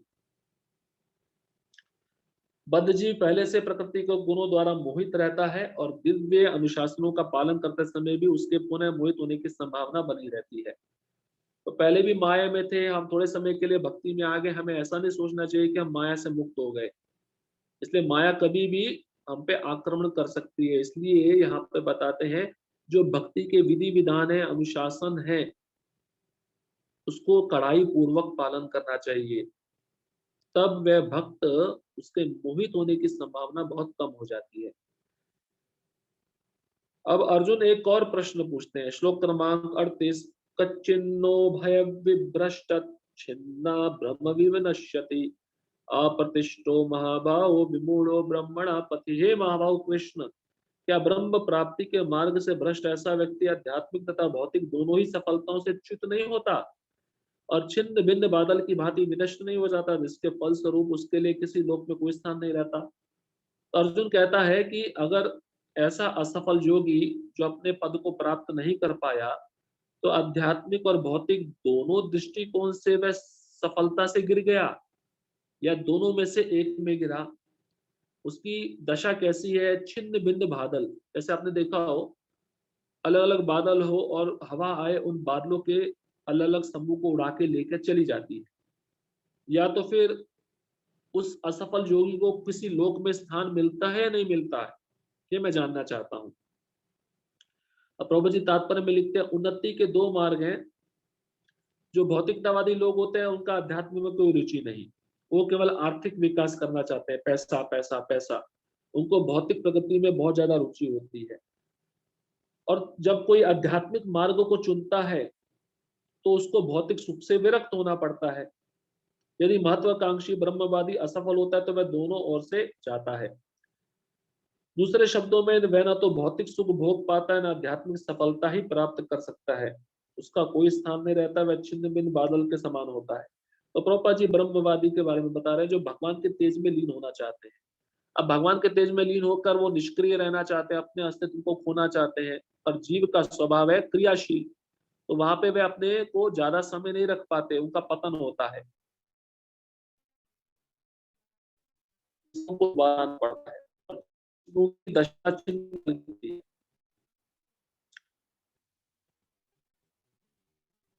प्रभुपाद जी इस कार्य में आगे भगवान श्री कृष्ण परम सत्य के पूर्ण प्राकट्य हैं, अतः जो इस परम पुरुष की शरण में जाता है वही सफल योगी है। ब्रह्म तथा परमात्मा साक्षात्कार के माध्यम से जीवन के इस लक्ष्य तक पहुंचने में अनेक अनेक जन्म लग जाते हैं। बहुनाम जन्म नाम अंते। देखिए जो भक्त है उसके लिए बहुत आसान है, वो इसी जन्म में भगवान नाम चला जाएगा। और जो ज्ञानी है, जो योगी है, उसको कई जन्म लगते हैं भक्त बनने के लिए, इसलिए भक्ति योग सबसे श्रेष्ठ बताया है। ये प्रत्यक्ष विधि है। श्लोक क्रमांक 39। एतन्मे संशयं कृष्ण चेतुर्महस्य शेषता त्वदन्य संशयस्यास्य चेतनाहुपपद्यते। हे कृष्ण, यही मेरा संदेह है और मैं आपसे इसे पूर्णतया दूर करने की प्रार्थना कर रहा हूँ। आपके अतिरिक्त अन्य कोई ऐसा नहीं जो इस संदेह को नष्ट कर सके। तो अर्जुन कहता है कि आप सब कुछ जानते हैं, मैंने जो संदेह व्यक्त किया है कि असफल योगी का क्या गंतव्य स्थान है, वह किस पद को प्राप्त करता है, वह मुझे बताइए, क्योंकि आपके अलावा मुझे और कोई बता नहीं सकता। क्योंकि प्रभुपाद जी लिखे कृष्ण भूत वर्तमान तथा भविष्य को जानने वाले हैं, इसलिए कृष्ण को सब कुछ पता है। भगवत गीता के प्रारंभ में भगवान ने कहा है कि सारे जीव वैश्य रूप में भूतकाल में विद्यमान थे, इस समय विद्यमान है और भव बंधन से मुक्त होने पर भविष्य में भी वैश्य रूप में बने रहेंगे। क्योंकि जीवात्मा जो है वो कभी नष्ट नहीं होता, कभी मरता नहीं। इससे पहले भी वह विद्यमान था, अभी भी विद्यमान है और आगे भी विद्यमान रहेगा। अब श्लोक क्रमांक 40 भगवान क्या उत्तर देते हैं, बहुत सुंदर उत्तर देते हैं। श्री भगवान उवाच पार्थ नैवेह नामुत्र विनाशस्तस्य विद्यते नाहि कल्याण ततश्चित् दुर्गतिं तात गच्छति। भगवान ने कहा, हे प्रथापुत्र, कल्याण कार्यों में निरत योगी का ना तो इस लोक में और ना परलोक में ही विनाश होता है। हे मित्र, भलाई करने वाला कभी बुराई से पराजित नहीं होता। तो भगवान कहते हैं जो असफल योगी है, जो दूसरे के कल्याण के लिए कार्य कर रहा है, वो इस लोक में भी उसका यश समाप्त नहीं होता और परलोक में भी उसका विनाश नहीं होता। मतलब जहां पे भी उसको सुख मिलेगा और परलोक में, मतलब आगे आने वाला जो जीवन है उसमें भी उसको अच्छा गति प्राप्त होता है। तो प्रभुपाद जी भागवतम का एक बहुत सुंदर श्लोक लिखे हैं, जो नारद मुनि व्यास देव को भागवतम के प्रथम स्कंद के 5वें अध्याय के 17वें श्लोक में बताए। त्यक्त्वा स्वधर्मं चरणाम्बुजं हरे भजन् मत्पथे अत्पते ततो यदि यत्र वक्वमापद भद्रं मुदमुष्यं किं वो वार्त आप्त भजताम स्वधर्मता। यहाँ पे नारद मुनि व्यास देव जी को कहते हैं, जिसने सारी भौतिक इच्छाओं को छोड़ दिया है और भगवान की शरण में चला गया है, तो ऐसे भक्त की कोई क्षति नहीं होती, कोई नुकसान नहीं होता, उसका पतन भी नहीं होता। और दूसरी ओर कोई अभक्त, मतलब जो भक्त नहीं है, वो अपना बहुत अच्छा व्यवसाय कर रहा है और अच्छा व्यवसाय करते हुए अच्छे गुण भी उसमें है, पर भक्त नहीं है, तो उसको कुछ भी प्राप्त नहीं होगा। तो इसमें देखिए घाटा किसका है, अभक्त का, और लाभ किसका है, भक्त का। भौतिक लाभ के लिए अनेक शास्त्रीय तथा लौकिक कार्य है। जीवन में आध्यात्मिक उन्नति अर्थात कृष्ण भावनामृत के लिए योगी को समस्त भौतिक कार्यकलापों का परित्याग करना होता है। कोई यह तर्क कर सकता है कि यदि कृष्ण भावनामृत पूर्ण हो जाए तो इससे सर्वोच्च सिद्धि प्राप्त हो सकती है, किंतु यदि यह सिद्धि प्राप्त न हो पाई तो भौतिक एवं आध्यात्मिक दोनों दृष्टियों से मनुष्यों को क्षति पहुंचती है। तो ऐसा कदापि संभव नहीं है। देखिए जो सर्वोच्च योगी होता है, जिसको सिद्धि की लालसा होती है, सिद्धि मतलब भगवत धाम जाना, तो उसका जो पतन है भौतिक दृष्टि से भी नहीं होता, आध्यात्मिक दृष्टि से भी नहीं होता। परंतु अगर कोई योगी भक्ति मार्ग को छोड़कर कोई दूसरा योग स्वीकार करे तो उसमें उसको खतरा हो सकता है। देखिए भगवान अर्जुन को दो प्रकार का मार्ग बताए, एक प्रकाश मार्ग है और एक अंधकार का मार्ग है। तो भक्तगण जो होते हैं वो प्रकाश के मार्ग से जाते हैं, जो सीधा सूर्य से होता हुआ उच्च लोकों में होता हुआ गोलोक की तरफ जाता है। और अंधकार का मार्ग जो होता है वो रात्रि के समय होता है, जिसमें वापस आने का खतरा बना रहता है। वापस आने का मतलब दोबारा जन्म लेने का खतरा बना होता है। तो भक्त जब शरीर छोड़ता है उसके लिए कोई देश काल पात्र की आवश्यकता नहीं होती, क्योंकि वहां पर वह स्थान काल पात्र सब शुद्ध हो जाता है। और जो योगी होता है उसके लिए देश काल पात्र चुनना पड़ता है, उसको उसको उत्तरायण या दक्षिणायन किसमें शरीर छोड़ना है उसको चुनना पड़ता है। और वो गलती से भी दक्षिणायन में शरीर छोड़ देगा तो वो वापस आएगा, और भक्त अगर दक्षिणायन में भी शरीर छोड़े वो वापस नहीं आता। तो प्रभुपाद जी उसके दूसरे पैराग्राफ में कहते हैं मानवता के दो विभाग किए जा सकते हैं, नियमित तथा अनियमित। नियमित वह होते हैं जो जन्म तथा मृत्यु से मुक्ति प्राप्त करने के इच्छुक होते हैं, और अनियमित वह होते हैं जो पाश्विक इंद्र तृप्ति में लगे रहते हैं। इसलिए जो नियमित विभाग वाले लोग हैं, शास्त्र का आधार लेकर प्रकाश मार्ग से होते हुए भगवत धाम को गमन करते हैं, और इस संसार में कभी भी पुनः जो सदा ही दुखमय है। और जो अनियमित वाले लोग हैं, जो इंद्र तृप्ति में लगे हैं, उनका तो परलोक, ये लोग दोनों दुखमय होता है, क्योंकि उनके शरीर के द्वारा बहुत सारे पाप कर्म किए जाते हैं। उसके आगे प्रभुपाद जी तात्पर्य तीन महत्वपूर्ण बातें बता रहे हैं। एक तो कल्याण मार्ग में अनुयायी जो होते हैं उनके तीन वर्ग हैं।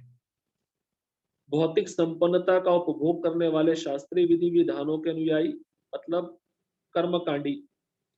दूसरा है संसार से मुक्ति पाने वाले अनुयायी, जिनको ज्ञान कांडी बोलते हैं। और तीसरा है कृष्ण भावनामृत के भक्त, मतलब कर्मी, ज्ञानी और भक्त। तो प्रभुपाद जी कहते हैं प्रथम वर्ग का जो अनुयायी है वो सकाम कर्मी है और इंद्र तृप्ति की इच्छा करने वाला है। तो उसका जो स्तर है वो केवल स्वर्गलोक तक रहता है, उसके बाद उसको पुनः नीचे आना पड़ता है। अब जो ज्ञान योगी है वो भगवान के तेज लीन होना चाहता है। भगवान के शरीर से जो परम तेज निकल, उसमें असंख्य वैकुंठ लोक होते हैं, उसके बाहर ही वो रहता है, अंदर नहीं जाता है, उस प्रकाश में ही रहता है। परंतु कुछ समय के बाद उसको भी दोबारा पृथ्वी पर आकर परोपकार करना पड़ता है। परंतु भक्त वो भगवान के धाम सीधा जाकर गंतव्य स्थान प्राप्त कर लेता है। अब भगवान मूल उत्तर दे रहे हैं। श्लोक क्रमांक 41। प्राप्य पुण्य कृताम लोकान दुषित्वा शाश्वती समा शुचिनाम श्रीमताम गेहे योग भ्रष्टो विजायते। भगवान अर्जुन को कहते हैं तुमने जो प्रश्न पूछा था असफल योगी के बारे में, सुनो। असफल योगी पवित्र आत्माओं के लोकों में अनेक अनेक वर्षों तक भोग करने के बाद या तो सदाचारी पुरुषों के परिवार में या कि धनवानों के कुल में जन्म लेता है। तो प्रभुपाद जी एक जगह कहते हैं कि जो भक्तों के बच्चे होते हैं, दे आर फॉलन डेमिगॉड्स। हाँ, ये बच्चे जो है साधारण नहीं है, इनको बाहर के बच्चों के जैसा मत समझो जो भक्तों के बच्चे होते हैं। अब भक्तों के बच्चे ऐसे जो भक्ति करने वाले हैं, जो भक्तों के बच्चे भक्ति नहीं करते, मैं उनकी बात नहीं कर रहा। तो प्रभु यहाँ पे भगवान स्वयं कह रहे हैं जो योगी देखिए असफल हो गया वो उच्च लोकों में जाएगा, यहाँ से बेटर सुविधा वहां पे, यहाँ से बेटर फैसिलिटी वहां पे भोग करके जब वो पृथ्वी पे दोबारा जन्म लेगा तो कहाँ का जन्म लेता है? सदाचारी पुरुष के परिवार में जन्म लेता है। सदाचारी पुरुष मतलब ब्राह्मण कुल हो गया, और धनवानों के कुल में जन्म लेगा, नहीं तो ऐश्वर्यशाली, उसके पास कोई चीज की कमी नहीं होगी। अब इसका भी एक लेवल होता है। ऐसा मैं एक लेक्चर में सुन रहा था, ऐसा राधे श्याम भी कहते हैं कि भक्ति जो भक्त भक्ति में, मतलब इस्कॉन में बहुत गंभीर है, बहुत गंभीर है। मान लीजिए कुछ समय तक उसका गलत संगत के कारण पतन हो गया, तो उसको वैष्णव कुल में जन्म मिलता है। और वैष्णव कुल में जन्म लेने पर उसके लिए वैष्णव संस्कारों को उत्पन्न करना कोई मुश्किल बात नहीं होती, क्योंकि माता पिता भक्त होते हैं, उनको देखकर वो भक्त बन जाता है और माता पिता उसको संस्कार देते हैं, भक्त बनाते हैं। इसलिए भक्तों के बच्चे साधारण नहीं होते। अभी ऐसा भक्त जो बहुत गंभीर भी नहीं है और बहुत ढीला भी नहीं है, मीडियम है, तो ऐसे भक्त जब असफल होता है, जब शरीर त्याग करता है, तो उसको कहाँ जन्म मिलता है? ब्राह्मण के कुल में जन्म मिलता है। ब्राह्मण के कुल में जन्म लेना भी कोई साधारण बात नहीं है, बहुत श्रेष्ठ बात है, पर उसमें भक्ति की संभावना बहुत कम रह जाती है। और तीसरे प्रकार का भक्त जो बिल्कुल पद की इच्छा से आया है, भोग की इच्छा से आया है, पर भक्ति मार्ग में लगा है। मान लीजिए उसका पतन हो जाता है, अकस्मात उसकी मृत्यु हो जाती है, तो उसको धनवान कुल में जन्म मिलता है। तो वहां पे तो भक्ति की जो क्रिया है बहुत ही मुश्किल है, क्योंकि वातावरण भक्ति के अनुकूल नहीं होता। अब प्रभुपाद जी देखिए उसी को तात्पर्य में बताए हैं। जो योगी अल्पकालिक अभ्यास के बाद भ्रष्ट होता है, अल्पकालिक मतलब थोड़े समय के बाद वो योग पथ को छोड़ दिया, भक्ति को छोड़ दिया, तो उसका स्वर्गलोक को जाता है, जहां केवल पुण्य आत्माओं को प्रविष्ट होने दिया जाता है। मतलब ये गारंटी है इस्कॉन के भक्त 99% जो 4 नियम पालन कर रहे हैं, स्वर्गलोक तो जाएंगे जाएंगे। परंतु अगर शुद्ध भक्त बनना है तो उसके लिए बहुत प्रयास करना पड़ेगा, सारी भौतिक इच्छाओं को त्याग करना पड़ेगा, तब स्वर्गलोक न जाकर हम गोलोक जा पाएंगे। अब प्रभुपाद जी कहते हैं वहां दीर्घ काल तक सुख भोगने के बाद पुनः उसको इस लोक में भेज दिया जाता है, जिससे वह किसी सदाचारी ब्राह्मण वैष्णव कुल में या धनवान वणिक के कुल में जन्म ले सके। योगाभ्यास का वास्तविक उद्देश्य कृष्ण भावनामृत की सर्वोच्च सिद्धि प्राप्त करना है। तो देखिए हमें प्रयत्न करना चाहिए शुद्ध भक्ति प्राप्त करने का। श्लोक क्रमांक 42, अत्वा योगिनामेव कुले भवति धीमताम् एतद् विद्धि दुर्लभतरम लोके जन्म यदि यदि दृशम। अथवा यदि दीर्घ काल तक योग करने के बाद असफल रहे तो वह ऐसे योगियों के कुल में जन्म लेता है जो अति बुद्धिमान है। निश्चय इस संसार में ऐसा जन्म दुर्लभ है। अब देखिए यहाँ पर एक उत्तर और भगवान दे रहे हैं। भगवान बोले जो लंबे समय तक योगी था, बहुत लंबे काल तक, जैसे भक्त इस्कॉन में आया, बहुत दृढ़ है, बहुत श्रद्धालु है, बहुत गंभीर है, और लगभग 30, 40 या 50 साल तक रहा, और अकस्मात उसका पतन हुआ, तो उसका जन्म वैष्णव कुल में होता है, और ऐसा जन्म निश्चय ही संसार में दुर्लभ है। ये सच्ची घटना है, मैं शॉर्ट में सुनाऊंगा क्योंकि इतना समय नहीं है। प्रभुपाद के गुरु भाई थे, आसाम में घटना घटी थी। मैंने भक्ति सिद्धांत में पढ़ा था, भक्ति विकास महाराज इस ग्रंथ को लिखे। तो वह 4 नियम पालन करते थे, 64 माला जप करते थे, आश्रम में रहते थे, और कुछ समय के बाद उन्होंने कहा मैं अपने घर जाता हूँ अपने माता पिता को मिलने। तो घर गए, वहां पे बुरा संग में पड़ गए, तो उन्होंने 4 नियम छोड़ दिए। जब भी छूट गया तो देखिए बुरे संग के कारण उनका काल था वह पास में आ गया, उनकी मृत्यु सन्निकट आ गई। मृत्यु जब पास में आई तो उनकी मृत्यु हो गई, उनको यमदूत लेके गए। यमदूत जब लेके गए तो यमराज के पास, यमराज ने पूछा आपके आपकी जिम्मेदारी कौन लिया है, क्योंकि जिम्मेदारी लेने वाला कोई चाहिए। जिम्मेदारी लेने वाला मतलब जो गुरु होते हैं।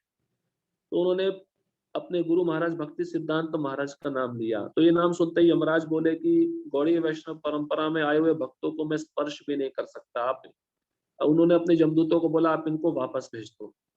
और जैसे ही यमदूत उनको वापस लेके आए तो अग्नि संस्कार होने जा रहा था, चिता उनकी डेड बॉडी को रखा था, आत्मा उसमें प्रवेश किया, वे उठ के बैठ गए।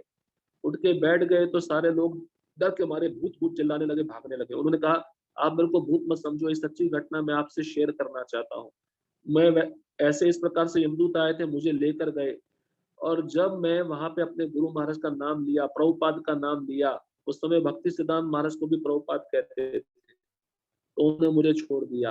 तो वो भक्त इतना गंभीर बन गया, बताया जाता है कि उस घटना के बाद उसने घर बार छोड़ के पुनः आश्रम ज्वाइन किया, 4 नियम पालन किया, 64 माला जप किया, और लगभग 20 साल आश्रम में रहकर सेवा करके शरीर छोड़ के भागवत धाम प्राप्त किया। तो देखिए इस्कॉन में आना कोई साधारण बात नहीं है, गौड़ीय वैष्णव परंपरा से जुड़ना कोई साधारण बात नहीं है।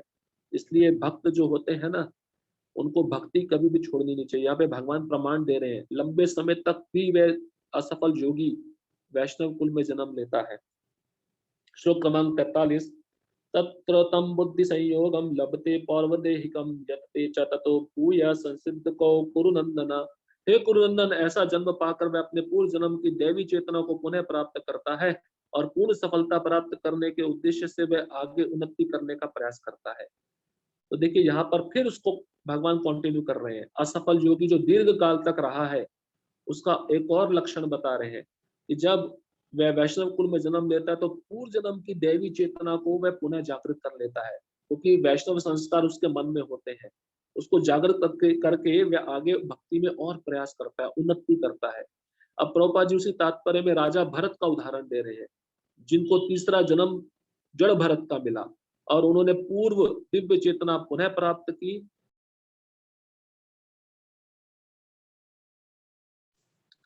भरत विश्वभर के सम्राट और तभी से लोक देवताओं के बीच भारतवर्ष के नाम से विख्यात हुआ। तो प्रभुपाद जी राजा भरत का उदाहरण दे रहे हैं। श्लोक क्रमांक 44, पूर्वाभ्यासेन तेनेव ह्यते हवशो अपि सः जिज्ञासुरपि योगस्य शब्द ब्रह्माति वर्तते। अपने पूर्व जन्म की देवी चेतना से वह ना चाहते हुए भी स्वतः योग के नियमों की ओर आकर्षित होता है। ऐसा जिज्ञासु योगी शास्त्रों के अनुष्ठानों से परिस्थित होता है। तो देखिए यहाँ पे तात्पर्य में प्रभुपाद जी एक बहुत सुंदर श्लोक दिए हैं भागवतम का। अहोबत शोपचो अतो गरियान यज्ञग्राह वर्तते नाम तुभ्यम ते पुस्तपस्ते जुहुवु सस्नुरार्या ब्रह्मानुचूर्ण नाम गणन्ति ये थे। जो हे भगवान, जो लोग आपके पवित्र नाम का जप करते हैं वे चंडालों के परिवारों में जन्म लेकर भी आध्यात्मिक जीवन में अत्यधिक प्रकट होते हैं। ऐसे जप करता निस्संदेह सभी प्रकार के तप और यज्ञ कर चुके होते हैं, तीर्थ स्थानों में स्नान कर चुके होते हैं, समस्त शास्त्रों का अध्ययन कर चुके होते हैं। तो भगवान अर्जुन को कहते हैं पूर्व जन्म की जो दैवी चेतना है, वैष्णव कुल में जन्म लेने पर उनको वह पुनः प्राप्त हो जाती है और उन नियमों की ओर आकर्षित होते हैं। और ऐसे भक्त योग शास्त्रों के अनुष्ठानों से परे माने जाते हैं। क्यों? क्योंकि उनकी जीवा पे भगवान का नाम रहता है और नाम लेने से पूर्व जन्मों में वे सारे तपस्या, यज्ञ, तीर्थ स्थानों का भ्रमण, सारे शास्त्रों का अध्ययन कर चुके होते हैं। और इसका सुप्रसिद्ध उदाहरण भगवान चैतन्य ने प्रस्तुत किया, जिन्होंने ठाकुर हरिदास को अपने परम प्रिय शिष्य के रूप में स्वीकार किया। यहाँ पे हरिदास ठाकुर का उदाहरण देकर प्रभुपाद जी बता रहे हैं, वह एक मुसलमान परिवार में जन्म लिए थे, जिनको चैतन्य महाप्रभु ने स्वयं नामाचार्य की पदवी प्रदान की और वह 3 लाख नामों का जप प्रतिदिन करते थे। हरे कृष्णा कृष्ण कृष्ण हरे हरे, हरे राम राम राम हरे हरे। चूंकि वे निरंतर भगवान के पवित्र नाम का जप करते थे, यह समझा जाता है कि पूर्व जन्म में उन्होंने शब्द ब्रह्म नामक वेद वर्णित कर्म कांडों को पूरा किया होगा। लेकिन नाम की महिमा कितनी है कि जिसकी जीवा पे नाम है उसको ये सब कर्म कांड करने की आवश्यकता नहीं है, उसको तीर्थों का भ्रमण करने की भी आवश्यकता नहीं है, उसको वेद पढ़ने की भी आवश्यकता नहीं है, तो स्वतः ही भगवान के नाम के प्रति आकर्षित होता है। श्लोक क्रमांक 45। प्रयत्नादत्मानस्तु योगी संशुद्ध किल विषा अनेक जन्म संसिद्ध ततो याति पराम गतिम। और जब योगी समस्त कलमों से शुद्ध होकर सच्ची निष्ठा से आगे प्रगति करने का प्रयास करता है तो अनंत अंततो गत्वा अनेकानेक जन्मों के अभ्यास के पश्चात सिद्धि लाभ करके वह परम गंतव्य को प्राप्त करता है। तो देखिए प्रोसेस है, सदाचारी, धनवान या पवित्र कुल में उत्पन्न पुरुष योगाभ्यास के अनुकूल परिस्थिति से सचेष्ट हो जाता है। पवित्र कुल मतलब वैष्णव कुल, धनवान मतलब ऐश्वर्यशाली कुल, सदाचारी मतलब ब्राह्मण कुल। देखिए सदाचारी कुल में जन्म तो और प्रयास करना पड़ेगा और पवित्र जो है उसके लिए आसान होगा। इसलिए भगवान कहते हैं, इसलिए जो पवित्र कुल में जन्म लिया है वो तुरंत प्राप्त कर लेगा और जो अन्य प्रयासों के पश्चात सिद्धि लाभ करना चाहता है तो उसको अनेकानेक जन्मों से होकर गुजरना पड़ता है। श्लोक क्रमांक 46। तपस्विभ्यो अधिको योगी ज्ञानिभ्यो अपि मतो अधिका कर्मिभ्योश्चाधिको योगी तस्माद् योगी भव अर्जुना। योगी पुरुष तपस्वी से, ज्ञानी से तथा सकाम कर्मी से बढ़कर होता है, अर्जुन तुम सभी प्रकार से योगी बनो। तो भगवान यहाँ पे अभी देखिए अर्जुन को कहते हैं जो भक्त है वो तपस्वी से भी श्रेष्ठ होता है, ज्ञानी से भी श्रेष्ठ होता है, सकाम कर्मी से भी श्रेष्ठ होता है। इसलिए भगवान अर्जुन को कह रहे हैं तुम योगी बनो, तुम भक्त बनो। प्रभुपाद जी कहते हैं जब हम योग का नाम लेते हैं तो हम अपनी चेतना को परम सत्य के साथ जोड़ने की बात करते हैं। विविध अभ्यास करता है इस पद्धति को ग्रहण की गई विशेष विधि के अनुसार विभिन्न नामों से पुकारते हैं। जब यह योग पद्धति सकाम कर्मों से मुख्यतः संबंधित होती है तो कर्म योग कहलाती है, जब यह चिंतन से संबंधित होती है तो ज्ञान योग कहलाती है, और जब यह भगवान की भक्ति से संबंधित होती है तो भक्ति योग कहलाती है। भक्ति योग या कृष्ण भावनामृत समस्त योगों की परम सिद्धि है, जैसा कि अगले श्लोक में बताया जाएगा। तो भगवान अर्जुन को स्पष्ट कह रहे हैं कि भक्त बनो, भक्ति योग को स्वीकार करो, क्योंकि भक्ति योग ज्ञान योग से भी श्रेष्ठ है, कर्म योग से भी श्रेष्ठ है और ध्यान योग से भी श्रेष्ठ है। अभी इस अध्याय का अंतिम श्लोक है, बहुत ही प्रसिद्ध श्लोक है। श्लोक क्रमांक 47। योगी नाम अपि सर्वेषां मद्गतेनान्तरात्मना श्रद्धावान भजते यो माम स मे युक्त तमो मतः। भगवान अर्जुन को कहते हैं और समस्त योगियों में से जो योगी अत्यंत श्रद्धा पूर्वक मेरे परायण है, अपने अंतःकरण में मेरे विषय में है और मेरी दिव्य प्रेमा भक्ति करता है, वह योग में मुझसे परम अंतरंग रूप में युक्त रहता है और सबों में सर्वोच्च यही मेरा मत है। भगवान अपना मत दे रहे हैं, देखिए अपना कंक्लूजन दे रहे हैं। कहते हैं जो योगी श्रद्धा पूर्वक मेरी भक्ति में लगा है, मेरे पे आश्रित है, अपने हृदय में मेरे बारे में सोचता है और मेरी दिव्य प्रेमा भक्ति करता है, उससे बड़ा कोई योगी नहीं है, ऐसा मेरा मत है। वो सबसे श्रेष्ठ योगी है। तो प्रभुपाद जी कहते हैं भजते, भज धातु से बना है, जिसका अर्थ है सेवा करना। भज मतलब सेवा करना। भज का अर्थ ही नहीं होता भजन, भजन का अर्थ होता है सेवा। अंग्रेजी शब्द वर्शिप, पूजन से यह भाव व्यक्त नहीं होता, क्योंकि इससे पूजा करना, सम्मान दिखाना तथा योग्य का सम्मान करना सूचित होता है। किंतु प्रेम तथा श्रद्धा पूर्वक सेवा तो श्री भगवान के निमित्त है। किसी सम्मानीय व्यक्ति या देवता की पूजा न करने वाले को अशिष्ट कहा जा सकता है, किंतु भगवान की सेवा न करने वाले की तो पूरी तरह भर्त्सना की जाती है। प्रत्येक जीव भगवान का अंश स्वरूप है और इस तरह प्रत्येक जीव को अपने स्वभाव के अनुसार भगवान की सेवा करनी चाहिए। जीवेर स्वरूप कृष्णेर नित्यदास। भजंती शब्द का प्रयोग परमेश्वर के लिए प्रयुक्त किया जा सकता है। भज सेवा करना, भजती डिवोशन, ये भगवान के लिए इस्तेमाल होता है, देवी देवताओं के लिए इस शब्द का प्रयोग नहीं करना चाहिए। प्रभुपाद जी उसके अगले पैराग्राफ में कहते हैं भक्ति योग समस्त योगों की परिणति है। अन्य योग तो भक्ति योग में भक्ति तक पहुंचने के साधन मात्र है। देखिए, बाकी किसी योग में आप जाओगे, आपको अंतिम में भक्ति योग में आना ही पड़ेगा। बिना भक्ति योग किए आपको भगवान का धाम प्राप्त नहीं हो सकता। प्रभुपाद जी कह रहे हैं बाकी जो योग है वो भक्ति योग तक लाने के लिए साधन है, मुख्य योग तो भक्ति योग है। कर्म योग से लेकर भक्ति योग तक का लंबा रास्ता आत्म साक्षात्कार तक जाता है। निष्काम कर्मयोग इस रास्ते मार्ग का आरंभ है। जब कर्म योग में ज्ञान तथा वैराग्य की वृद्धि होती है तो वह अवस्था ज्ञान योग कहलाती है। ठीक है, कर्म योग आप कर रहे हो, आपको ज्ञान मिल गया, मैं शरीर नहीं, मैं आत्मा हूँ, संसार दुखमय है, तो आपके अंदर वैराग्य आएगा तो आप ज्ञान योगी बन गए। पर ज्ञान योग में अनेक भौतिक विधियों से परमात्मा के ध्यान में वृद्धि होने लगती है। ज्ञान योग में जब ज्ञान आ जाता है तो भगवान के रूप पे ध्यान लगता है, तो उसको फिर अष्टांग योग कहते हैं। और अष्टांग योग के को पार करने पर जब मनुष्य भगवान श्री कृष्ण के निकट पहुंचता है तो यह भक्ति योग कहलाता है। यथार्थ में भक्ति योग ही चरम लक्ष्य है, किंतु भक्ति योग का सूक्ष्म विश्लेषण करने के लिए अन्य योगों को समझना होता है। जो किसी एक बिंदु पर दृढ़ रहता है और आगे प्रगति नहीं करता, वह कर्म योगी, ज्ञान योगी, ध्यान योगी, राजयोगी, हठ योगी आदि नामों से पुकारा जाता है। यदि कोई इतना भाग्यशाली होता है कि भक्ति योग को प्राप्त हो सके तो यह समझना चाहिए कि उसने समस्त योगों को पार कर लिया है। तो भक्ति योगी को हठ योग, ध्यान योग, ज्ञान योग करने की कोई आवश्यकता नहीं है। डायरेक्ट प्रत्यक्ष भगवान की विधि को स्वीकार कर रहा है। अब उसके तात्पर्य के अंतिम में प्रभुपाद जी बहुत सुंदर श्लोक दिए श्वेश्वात्तर उपनिषद का, जिसमें बताया गया है यस्ते देवे परा भक्तिर यथा देवे तथा गुरो तस्येते कथिता हर्ता प्रकाशन्ते महात्मना। जिन महात्माओं के हृदय में श्री भगवान तथा गुरु में परम श्रद्धा होती है, मतलब देखिए जिन भक्तों का जो श्रद्धा है गुरु के वचनों पर, भगवान पर पूरी तरह से दृढ़ है, तो उनको सारा वैदिक ज्ञान प्राप्त हो जाता है। भक्ति का अर्थ है भगवान की सेवा, जो इस जीवन में या अगले जीवन में भौतिक लाभ की इच्छा से रहित होती है। ऐसी प्रवृत्तियों से मुक्त होकर मनुष्य को अपना मन परमेश्वर में लीन करना चाहिए। नैष्कर्म्य का यही प्रयोजन है।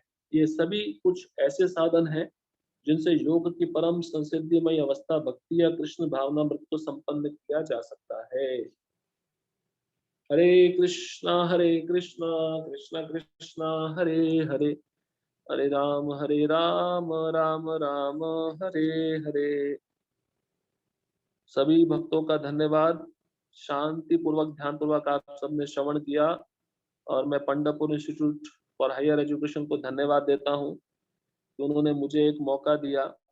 वैसे तो ये प्रभुपाद जी के बहुत थे, एक में लगभग 20 श्लोक से लेकर 47 श्लोक का कवर करना आसान नहीं था, पर फिर भी यथासंभव प्रयास किया।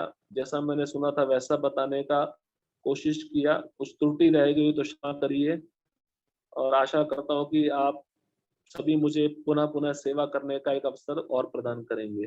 हरे कृष्णा। हरे कृष्णा। हरे कृष्णा। कोई प्रश्न किसी का? हाँ, तुषार मुंजानी प्रभु, कृपया अनम्यूट करके बोलिए, पूछिए। हरे कृष्ण प्रभु जी, दंडवत प्रणाम। प्रभु जी, अब भक्त माया में रहता है तो भी एक शुद्ध भक्त उसमें भगवान को देखता है, तो मतलब वो कैसे संभव हो सकता है? कैसे पॉसिबल हो सकता है, वो जानना है। हाँ, तो ये उदाहरण है। देखिए, हरदास ठाकुर को जब 22 बाजारों में मारा जा रहा था, हाँ प्रभु जी। तो जब हंटर मारने वाले जो मुस्लिम राजा के जो क्या कहते हैं सैनिक थे, हाँ उसमें हरदास ठाकुर क्या प्रार्थना करते हैं उनके लिए कि हे कृष्ण, आप इन सबके हृदय में भी विराजमान है, इनको पता नहीं है क्या कर रहे हैं, आप इनको क्षमा कर दीजिए। Jesus, Prabhupada ji Jesus Christ का भी उदाहरण देते हैं। देखिए, वो जो शुद्ध भक्त होते हैं ना, उनका जो चेतना इतना उन्नत होता है कि जो उनके विपरीत जाकर कोई कार्य करता है, गलत कार्य करता है, उनके अगेंस्ट जाता है, तो उनके मन में उनके बारे में भी बुरा विचार नहीं आता। मतलब वो क्या देखते हैं कि ये जो जीव है, ये भगवान से संबंधित है और अज्ञान के कारण ऐसा कर रहा है, इसलिए क्षमा कर देते हैं। उनके अंदर प्रभु कोई जी, नहीं होता। यस। लेकिन प्रभु जी, मतलब जो हर एक जीव में भगवान देखते हैं वो सही है, लेकिन वो कुछ भी करता है, मतलब जैसा हम मतलब हम ऐसा पूरा सोचते हैं कि इस डेफिनेशन में आता है कि ऐसा ही होना चाहिए, ऐसा ही करना चाहिए, ऐसा ही सही है। अपने समझ रहे हैं कि ये गलत है, बार बार यही दोहरा रहे वो, वही क्या वही वही मतलब जो भी ऑफेंस है वही दोहरा रहे बारंबार, और कुछ चेंज नहीं ला रहे, तो मतलब उनके लिए हम क्या कर सकते हैं? वो अज्ञान की, मतलब उसको अज्ञान कहेंगे कि हाँ, मतलब हमें क्या करना पड़ेगा फिर? हाँ प्रभु जी, आपकी बात सही है, वो तो अज्ञान में है। तो उसके हृदय में भी भगवान है, तो हम परमात्मा रूप जो भगवान है उनसे प्रार्थना कर सकते हैं कि इसको सद्बुद्धि दे, इसको ज्ञान दे, जिससे ये गलत कार्य ना करे, उसके लिए प्रार्थना कर सकते हैं। और भगवान चाहेंगे तो उस जीवात्मा को एक सन्मार्ग पे लाकर, एक अच्छा ज्ञान देकर उसको गलत कार्य से बचा सकते हैं। बचा सकते हैं। हाँ, तो उसके लिए प्रार्थना करते हैं शुद्ध भक्त। जी प्रभु जी। ये महत्वपूर्ण बात है, हम यही कर सकते हैं। जी प्रभु जी। प्रभु तो जी, एक दूसरा प्रभु जी, एक यस दूसरा क्वेश्चन ले सकता हूँ मैं, तो आपकी बाद में पहले, अनुमति हो तो? बाद में पहले एक माता जी को अवसर जी दीजिए। जी प्रभु जी। सुकुमारी राधिका माता जी, कृपया अनम्यूट करके पूछिए। यस माता जी, अनम्यूट हरे कीजिए। कृष्णा, दंडवत प्रणाम प्रभु जी। हाँ, हरे कृष्ण माता जी। आवाज आ रही है प्रभु जी? हाँ, यस हाँ, आ आवाज रही आ आ रही है रही प्रभु है। जी? यस यस माता जी, बताइए माता जी। हाँ, तो मैं पहली बार प्रभु जी का बहुत बहुत धन्यवाद देती हूँ कि बहुत ही अच्छी तरह से उन्होंने भगवत गीता समझाई और मुझे भी समझ में आई है। बार बार मैं भगवत गीता पढ़ी हूँ और सुनी हूँ, लेकिन इस बार मैं बहुत ही अच्छी तरह से समझी हूँ। तो मेरा प्रश्न ऐसा है कि आपने कहा कि जो माया शक्ति है तो भगवान की दासी है, और जो भक्त है ना, तो जो माया की जो मुझे माया शक्ति की जो सेवा करता है, भक्ति करता है, तो वो भी भगवान का अप्रत्यक्ष भक्त होता है। तो माया शक्ति मुझे मेरा प्रश्न ऐसा है कि भगवान के जो भक्त होते हैं, तो हमारे परंपरा में ऐसा है कि दासानुदास की जो सेवा की जो भावना है ना, तो हमारे परंपरा में है। लेकिन जो माया शक्ति की जो भक्ति करता है, और इसमें क्या फर्क होता है, ये मुझे समझ में नहीं आया। जो अंतिम पंक्ति है माता जी आपकी, किसमें फर्क जानना चाहती हैं हाँ। आप? अंतर किसमें जानना चाहती हैं? थोड़ा आपका वॉइस है ना, आवाज ब्रेक हो गया लास्ट वाला लाइन में। एक बार अनम्यूट करके फिर से पूछिए माता जी, अनम्यूट करके पूछिए। हाँ, यस हरे कृष्ण। तो जो माया देवी की जो भक्ति करता है वो भी भक्त है परंपरा की तरह से, और हमारे यहाँ जो भगवान के भक्त की जो भक्ति करता है, तो उसको भी महत्व दिया गया है। तो इन दोनों में फर्क क्या है, ये समझ में नहीं आया। अच्छा, इन दोनों में फर्क? माता जी, फर्क इतना ही है, जो माया की सेवा कर रहा है, ठीक है, वो भी भगवान की सेवा कर रहा है, क्योंकि माया भगवान की दासी। जैसे A equal to B, B equal to C, मतलब A इक्वल टू सी। अभी जो A इक्वल टू बी है वो A के पास है, जो भगवान की प्रत्यक्ष सेवा कर रहा है वो तो भगवान के धाम जाएगा, परंतु जो माया की सेवा कर रहा है वो भगवान के धाम नहीं जाने वाला, उसको तो अनेक जन्म लेने पड़ेंगे। कहने का मतलब ये है कि